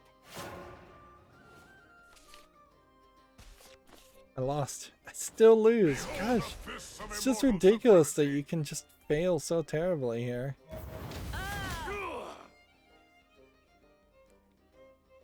It's like, I totally should have won that. And either I'm just not paying enough attention, or Shadowverse is just so built on the idea that you can always turn it around in one turn, that the last turn is the only turn that matters in Shadowverse, and often it feels like that is the case. Moving on, let's see. The Momotaro Dentetsu game, pretty high. Dark Souls 3, pretty high. Pokemon Gold and Silver, more Final Fantasy. Resident Evil Biohazard at 32. Tactics Ogre. To arms! I don't recognize that game. Okami pretty high. Mother 2 pretty high. Just you and me. Mother is called something else in the West. Tetris is in the top 25. Yeah, once you get to about Tetris, that's probably your marker where you start to see some fairly consistent ratings amongst different rating charts. Pokemon Red, Green, and Blue. Seems like they're kind of working backwards and through nostalgia liking the original Pokemons and then effectively disliking everything new added to Pokemon. Which at a certain point I kind of would agree with that. The original 150 Pokemon maybe should have been the only 150 Pokemon ever released. Let's see. Animal Crossing New Leaf, Splatoon, Minecraft makes it in the top 20. Suikoden 2, 19. Ocarina of Time, 17. Kingdom Hearts 2, 16. Dragon Quest 9, 15. Pokemon Sword and Shield, 14. I feel like that is odd because I really did not get the feeling that people really were receptive to the Sword and Shield, but maybe actual players of actual video games like Sword and Shield and they just didn't review it or rant about it. Undertale, and then Mario Kart, then Diamond and Pearl, Super Mario Bros. 3. Arguably Super Mario Bros. 3 would have been in the #1 slot for probably a decade when the first 10 years it was out. Final Fantasy X, Chrono Trigger, Smash Bros. Ultimate, Dragon Quest 3, beating Smash Bros. Splatoon 2, Animal Crossing New Horizon, Final Fantasy VII, Dragon Quest 5, and then Breath of the Wild making #1. Yeah. Reviews or polls or opinions certainly, and I would maybe agonize over tweaking some things and putting things in different places, but this hardly feels like a list that is too off the mark for my opinion. 50,000 Japanese users seem to be fairly in line with how I would review things too. What it probably should be taken as, more than anything, is that the Eastern and Western gamers aren't as different as it may seem. Despite the fact that we see a ton of JRPGs and a ton of adult video games in the form of visual novels and sometimes adult JRPGs and sometimes just other kinds of adult games, and we see a lot of the moe art style, there in that list wasn't even a huge number of games that go in that anime moe art style. So most gamers, even in Japan, I have to assume, are more interested in the Western art style than not. And it is just that there is a niche audience that it does have a lot of buying power and a lot of support. Of course, also you run into the problem if you're going to have the top 100 games and people start suggesting or nominating visual novels, then there's going to be a lot of infighting as to which ones. I'm sure you could get Steins Gates and Chobits on a list that way. Also, it's worth mentioning that this was the favorite console games, so JRPGs, a lot of them PC only, even in Japan. Visual novels, mostly PC only in Japan.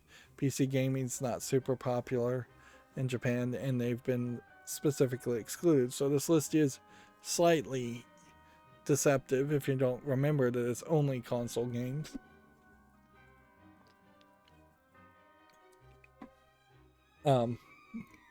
Notably, there's no Microsoft exclusives there, kind of obviously, because even though the Xbox Series X and Series S are getting way better sales right now, they have just historically not had good sales, so they have a very far way to catch up. Certainly. Here we have a game on Steam called Hexed, which doesn't look like anything. Early access, free to play, English only. Here we have a game called Faith that absolutely looks like nothing, even worse than most games When I say something looks like nothing, I don't literally mean it looks like nothing. This is a step closer to literally looking like nothing. Free to play, English only. Here we have a game called Ghoul Dungeon, which looks like it's a zoomed in mobile game, kind of dungeon platforming, hack and slash game. Free, English only.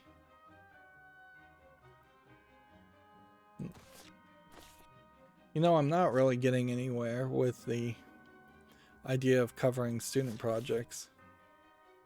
So, No one gets past me. That's mine. it might be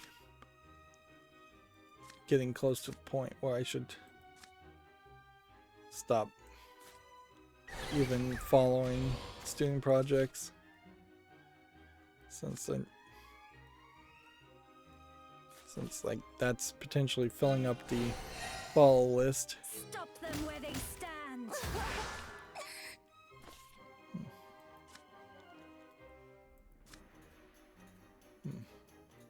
Is anyone involved here? Not yet. Could evolve someone. We could play this, but we don't need to. Here we have something called Why the Game, which looks like it's a text-based platformer. Pretty awful. Free, English only. They're basically trying to take the fact that they can't animate and make it a selling point, which I'll say is bold, but I don't think is fooling anybody. Here we have something called Fear Therapy, which I assume is just an asset flip horror game with some dark screenshot syndrome on top of it. Early access, $2.99, whole bunch of languages. Here we have Mothered, a role-playing horror game, which is funny because there was another game called Mothered, but I'm not sure it's the same company. It's $9.99. It's single player only. It's a first-person horror adventure game with point-and-click adventures. Why is it first-person?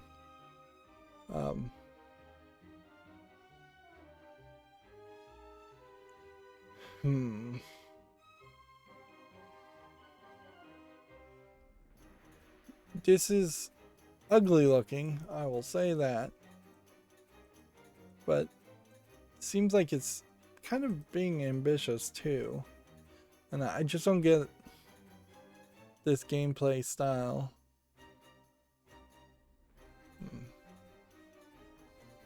I'm gonna put this on the follow list just because I kind of don't even understand why you would be a first-person point-and-click game with 3D environments. Why the graphics sometimes here look pretty ugly and blurry, and then sometimes they look fairly nice.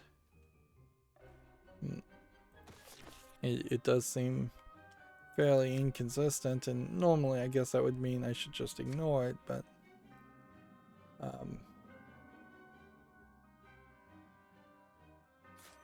Move out! Annihilate them! let's see.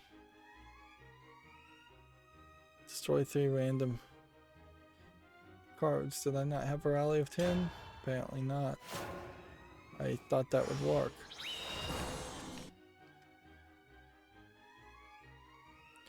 Here we have a game called the Parabiner Combination, which looks like nothing. 99 cents, English only. Here we have a game called Cyber Psychosis, which looks like nothing, and it's not even out yet. Here we have Tokyo Detectives, which looks like a visual novel. They're gonna investigate and interrogate people.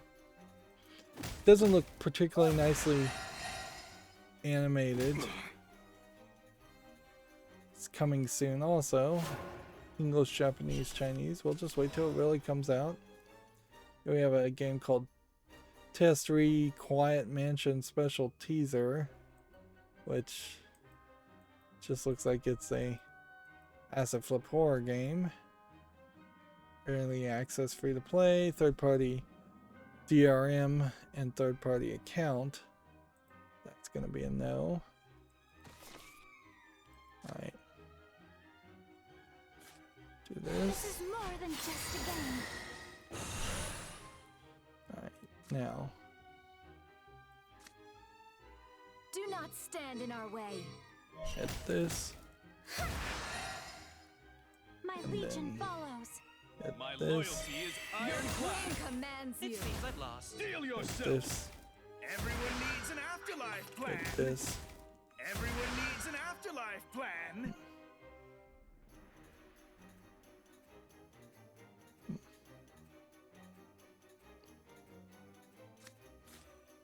Fastest blades in the east. Your queen commands you. In the turn there. Let's see. Next we have a Japanese game here. I think this is based on that slice of life anime. It may be a different one than what I'm thinking. Yeah, this is based on the anime where the girl Over already? teases / bullies the guy, and then it turns into a romance because she Not lonely. likes him. Not Although with everyone around me. they've taken out the male character and turned that into the first person perspective.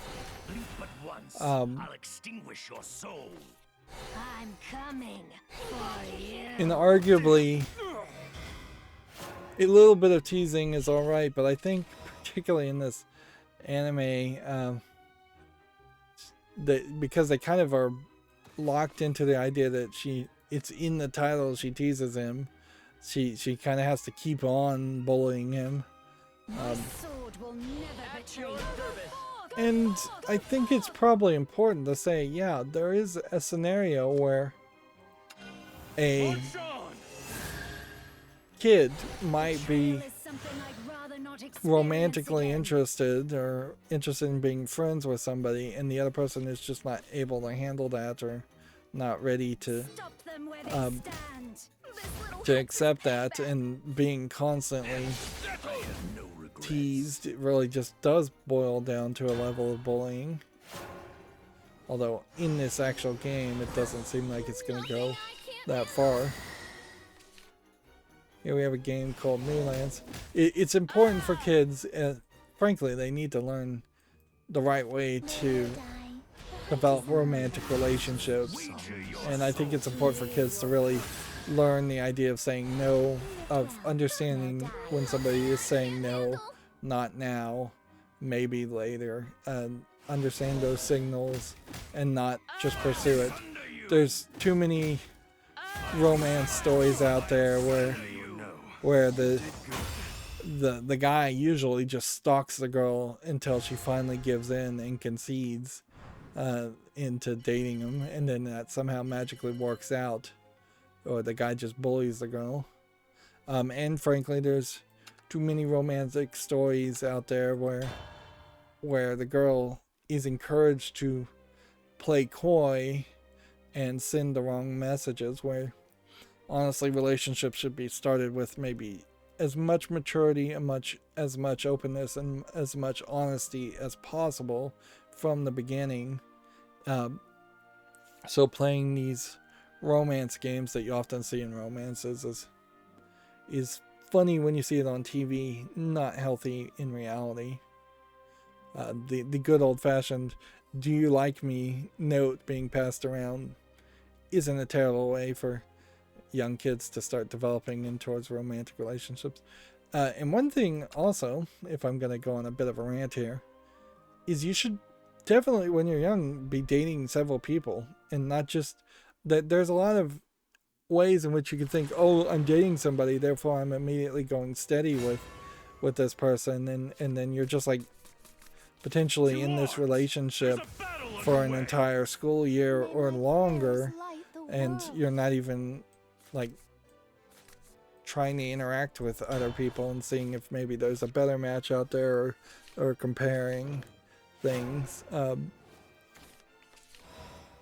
And certainly I could see where people would assume that it's love at first sight, but you kind of have to actively fight against the love at first sight feeling, because if you want a successful long-term relationship, that's going to go away after 6 months or so. You need to be actually on the same page mentally, emotionally, and if you're not on the same page, then it's going to just be a lot of fights and a lot of struggle. Today we fight. Moving on back to video games, we have a game on Steam here called Destruction Dummies, which looks like a physics game of no interest. 1999, English, allegedly full audio.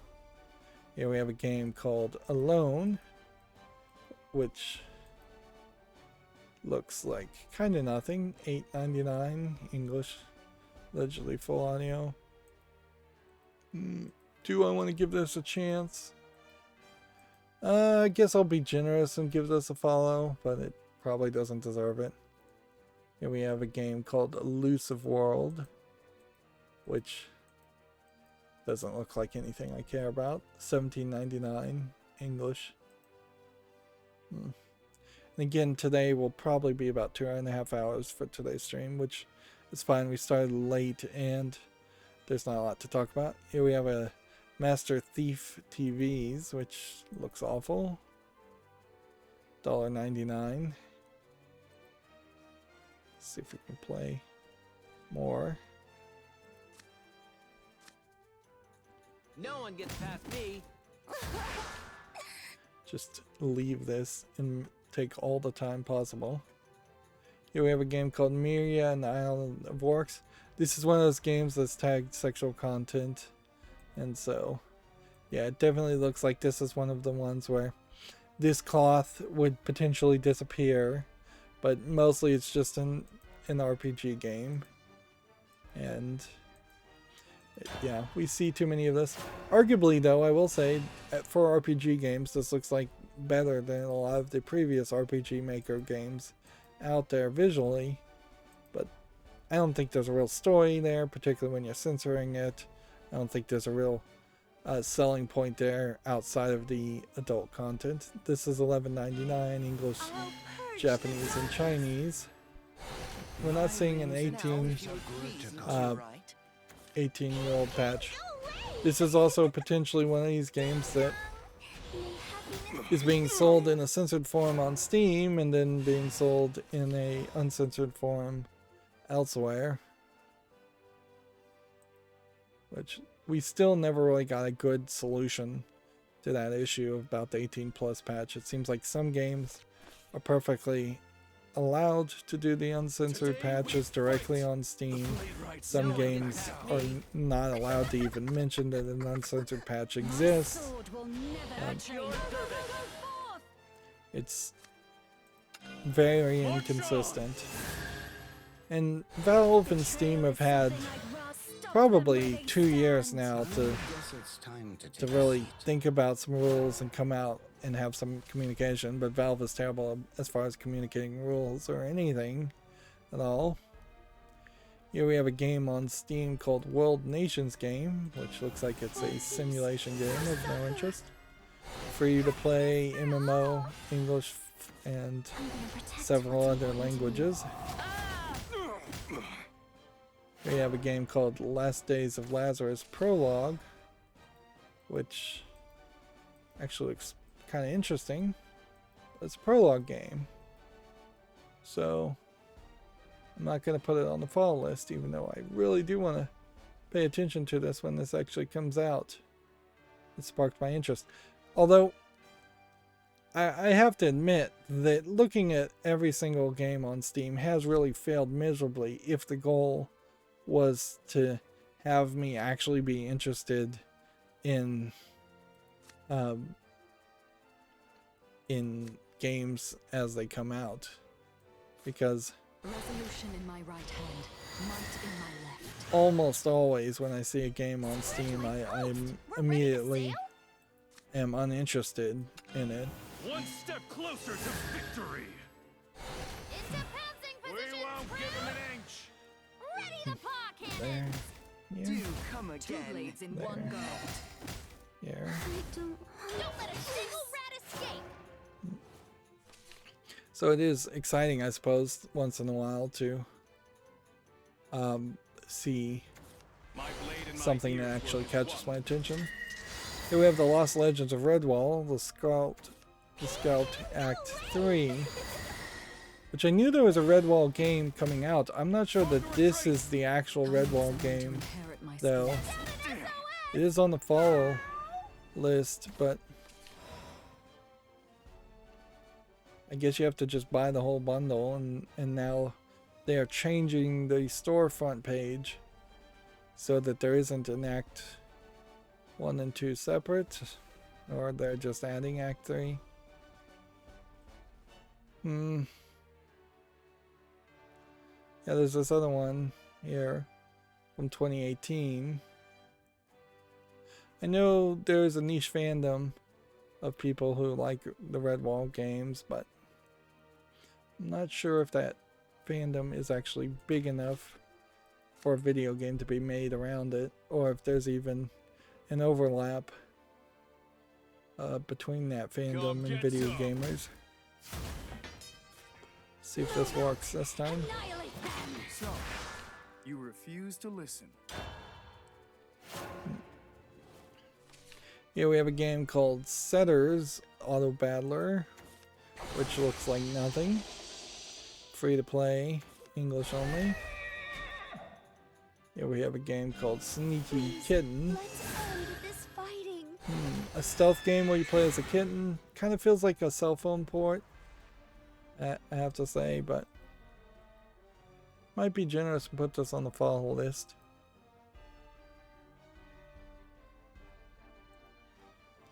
Being a stealth game where you play as a kitten is not too different from just being a regular stealth game, but it does kind of make it more Still much kid for me to friendly, do here. which arguably stealth games might not really want to be kid friendly.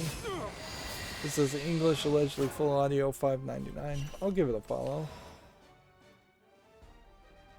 And then GameDeveloper.com, once again, like getting their specific people to put out the top 5 lists, although they may also just be retweeting the same top 5 lists. Kind of feels like they retweeted the editor-in-chief's top 5 list a second time. Arguably, yeah, I've only seen 2 different top 5 lists from GameDeveloper.com, which arguably means maybe they don't actually have more than 2 people on staff. You can't run! Okay.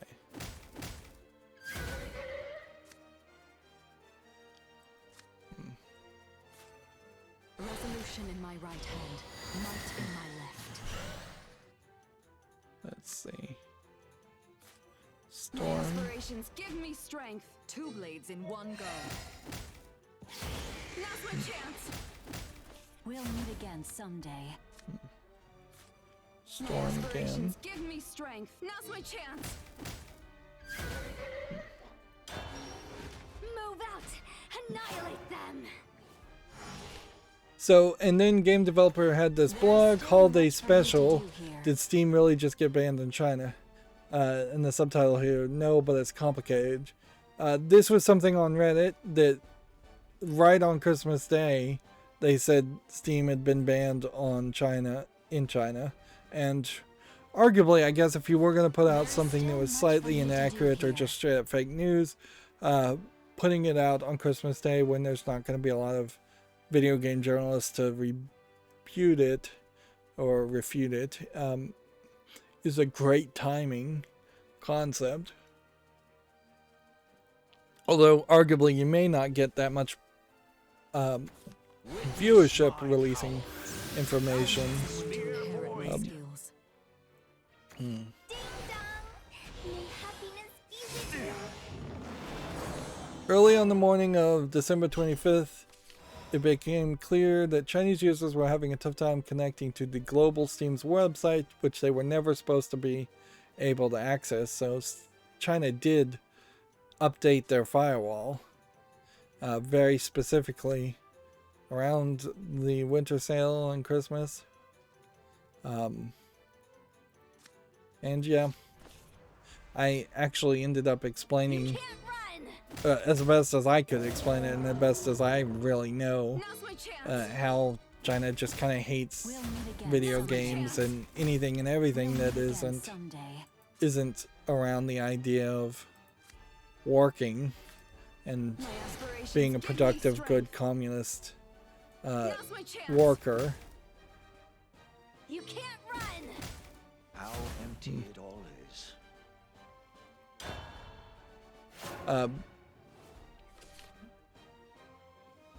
Anyways, to continue the story, the info quickly spread and led to Western game editorial sites writing stories like Steam has been banned in China.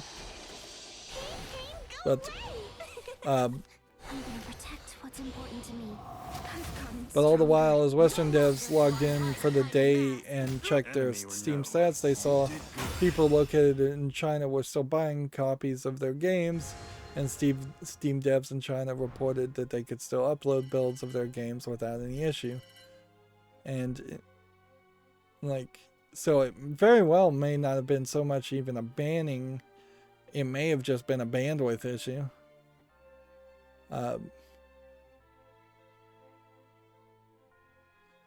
And then, but yeah, the Steam version of China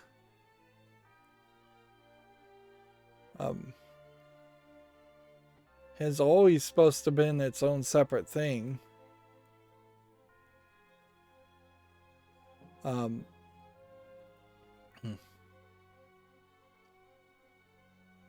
The store and API subdomains appear to experience connection resets on some of Akamai's IPs, which is typical for the Great Firewall, similar to how GitHub was being blocked. Other subdomains like partner sites work at the moment, says the Steam database. Steam Chinese users. Start one more game here.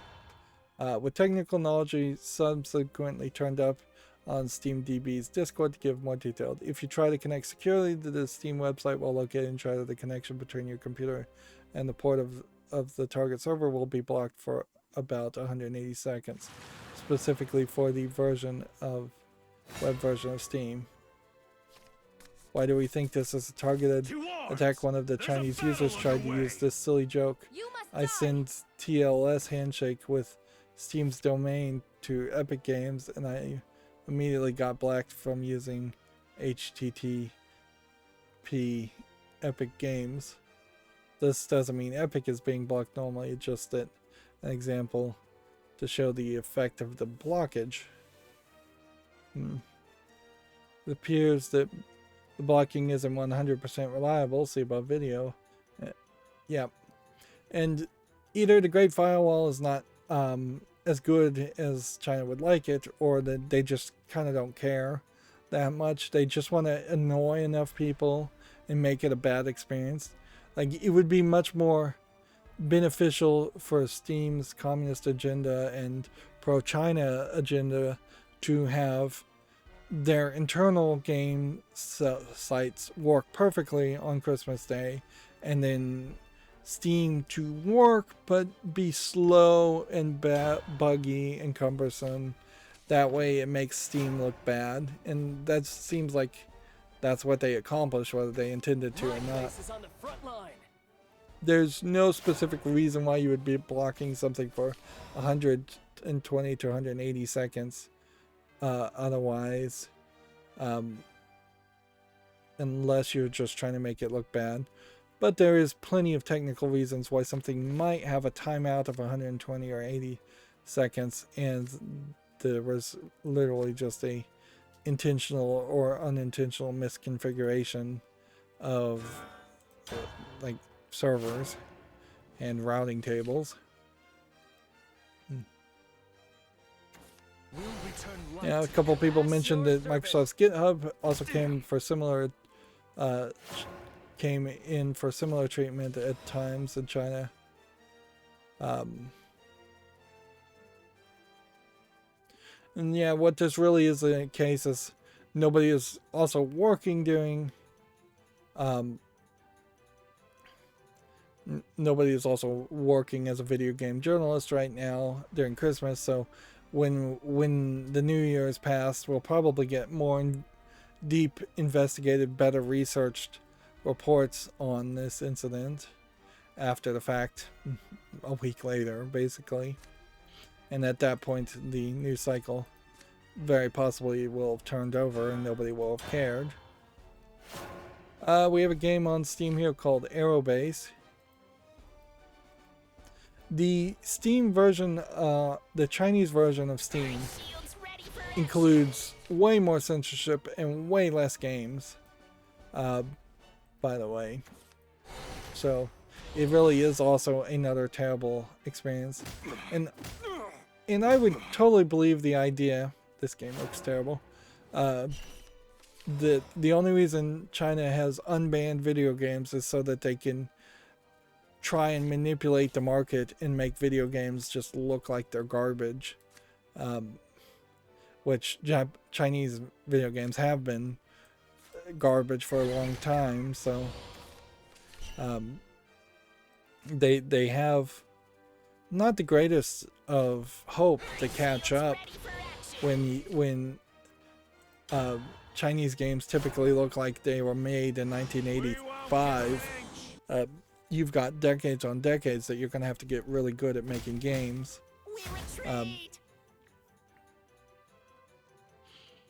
Let's see. Next we have a game on Steam called Lazy at Work, which looks like a garbage, I'm going to say Japanese game.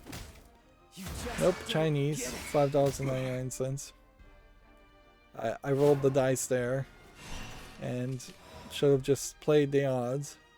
Like, even in the Western version of Steam, though, you see Chinese games are, by large majority, way, way worse. And way more prevalent at being worse, being bad games, than any other country.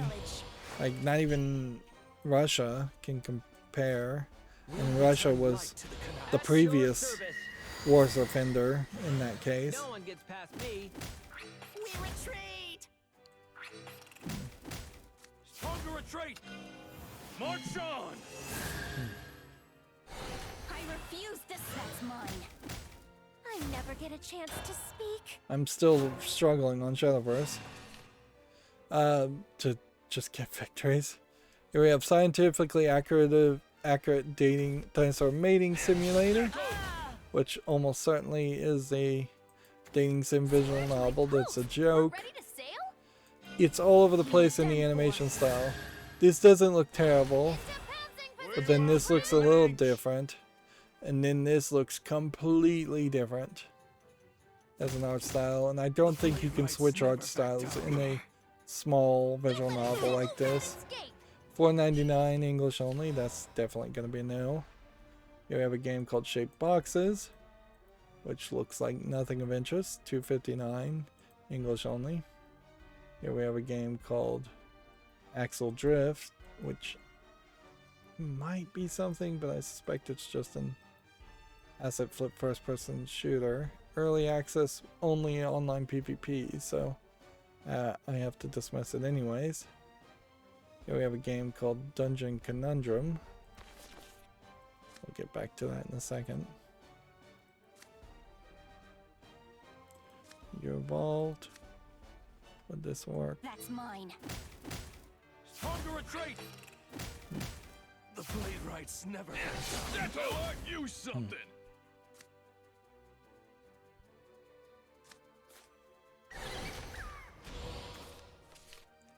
There we go. Dungeon Conundrum. Here. Yeah, just kind of an ugly mobile phone puzzle game. $2.99 English only. Here we have Chair Spinning Simulator, which again looks like nothing. $1.59 English only. Yeah, looks like we're not going to see a single like adult game. We saw one game that was probably an adult game that's been censored. Here we have a game called Delta Zero, which looks like a Bomberman clone. It's a little too green, a little too tile based in its animation style, I think, for me to be interested in it. Frankly, I might come back to something like this if I became a huge fan of Mega Man games, but I need to cover Mega Man games first. This is $13.99.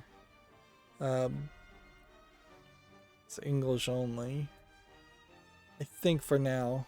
And this is actually a special decision I would have to be making to not put this on the follow list. I should put it on the follow list just for consistency's sake, so I will. But I probably will dismiss it next time I do a follow list cleanup. Alright. Do this. My shield's ready for action. Do this. Here to plunder and pillage. Evolve One there. step closer to victory. I refuse to starve. That's mine. Get that. I need someone to inherit my skills. Play that.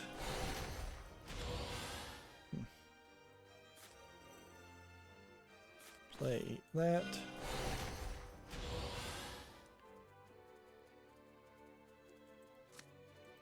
I think that'll work. Maybe. If I can keep this guy so he doesn't have any cards, I might be able to win. Here we have a game on Steam called Vertical Shift, which just looks like a parkour swinging game of no interest. Early access, free to play, VR game, English, allegedly full audio. We have 3 more tabs. Actually, I don't think I do. I have 2 more tabs. Here we have a game called Lantern Nick's Puzzle, which looks like a kind of nicely polished Sokoban box pushing puzzle game. $2.09, English, Spain, Spanish, Portuguese, Brazil. Lantern Nick's, I assume is a name and has nothing to do with like Latinx. I'll put that on the follow list. And then here we have a full motion video game called Vegas Tales, which is just people sitting on a sofa. I don't know if there's any actual interactivity here. Like, you're getting pretty extreme when you're just having people all sit on a sofa and talk. That's pretty extreme. $12.99 English full audio. I better be full audio. In all fairness, though, her story really was just sitting in front of a camera, so you can tell a good story that way. That's fine. See, the only other tab I had was the hue. Just going to do this. Resolution in my right hand, might in my left. Do this. This. Where's my post? We're ready to sail? This. We'll return light to the canals. Don't let a single rat escape.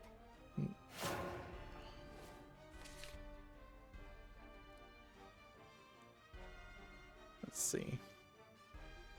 Go ahead and just check and see what the Epic Store right now is giving away for free. We can get it to load.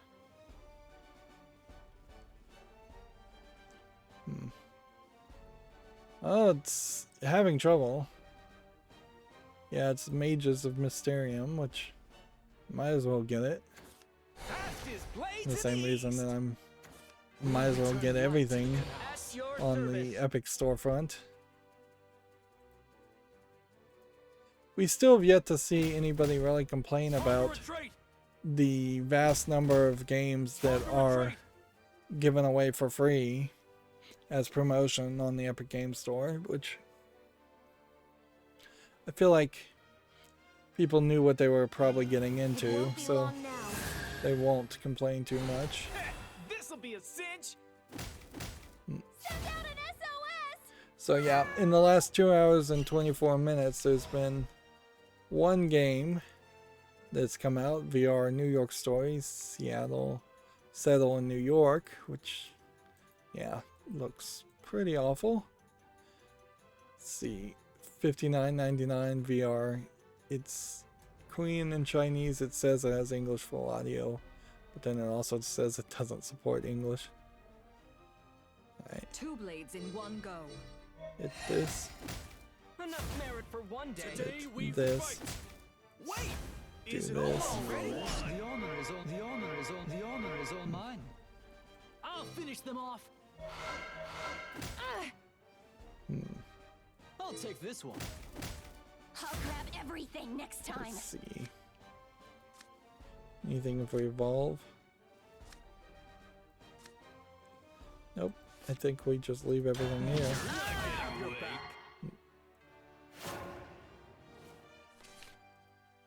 Yeah, I'm just going down my Twitter feeds and then we'll wrap up for today. Resolution in my right Like, hand. definitely not getting everything done with Shadowverse. Treasure belongs in a special place. Nothing new from GameDeveloper.com. See, what's kind of funny is it's Head back. I'm probably gonna end up playing some Fallout 3 again today, but it will be in the middle of the night, and I'm just going back to my more traditional time frame of recording things in the middle of the night. It all ends here. Our Which courage is shines really upon these streets. not great, No but better time for a drink. that is seemingly the way it's gonna Move out! Annihilate them! seems like that's the way it's gonna probably always work with my insomnia. Or just inconsistent sleep scheduling. I do Move that, out! Annihilate them! The honor is all mine. Treasure. and that. Scratch my post! The We're honor ready is to all mine. sail? I'll finish them off. You I'll wouldn't! take this one. Hey, look at that. We're gonna An exemplary battle. win, finish today on a victory.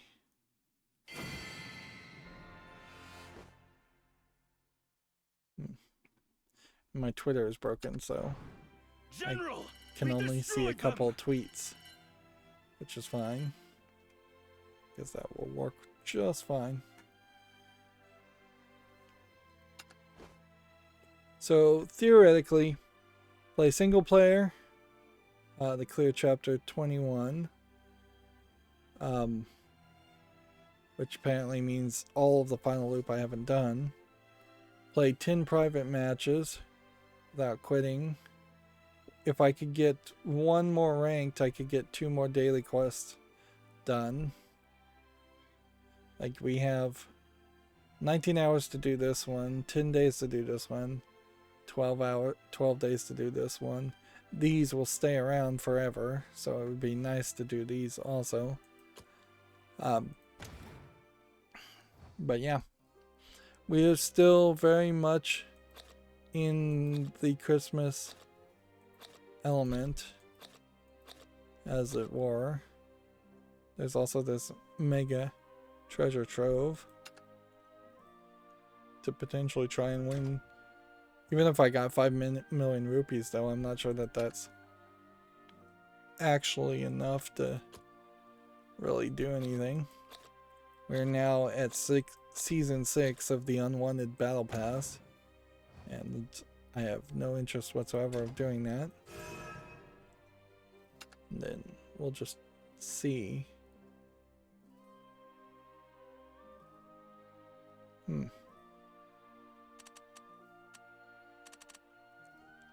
Yeah. Apparently I got to 6 before.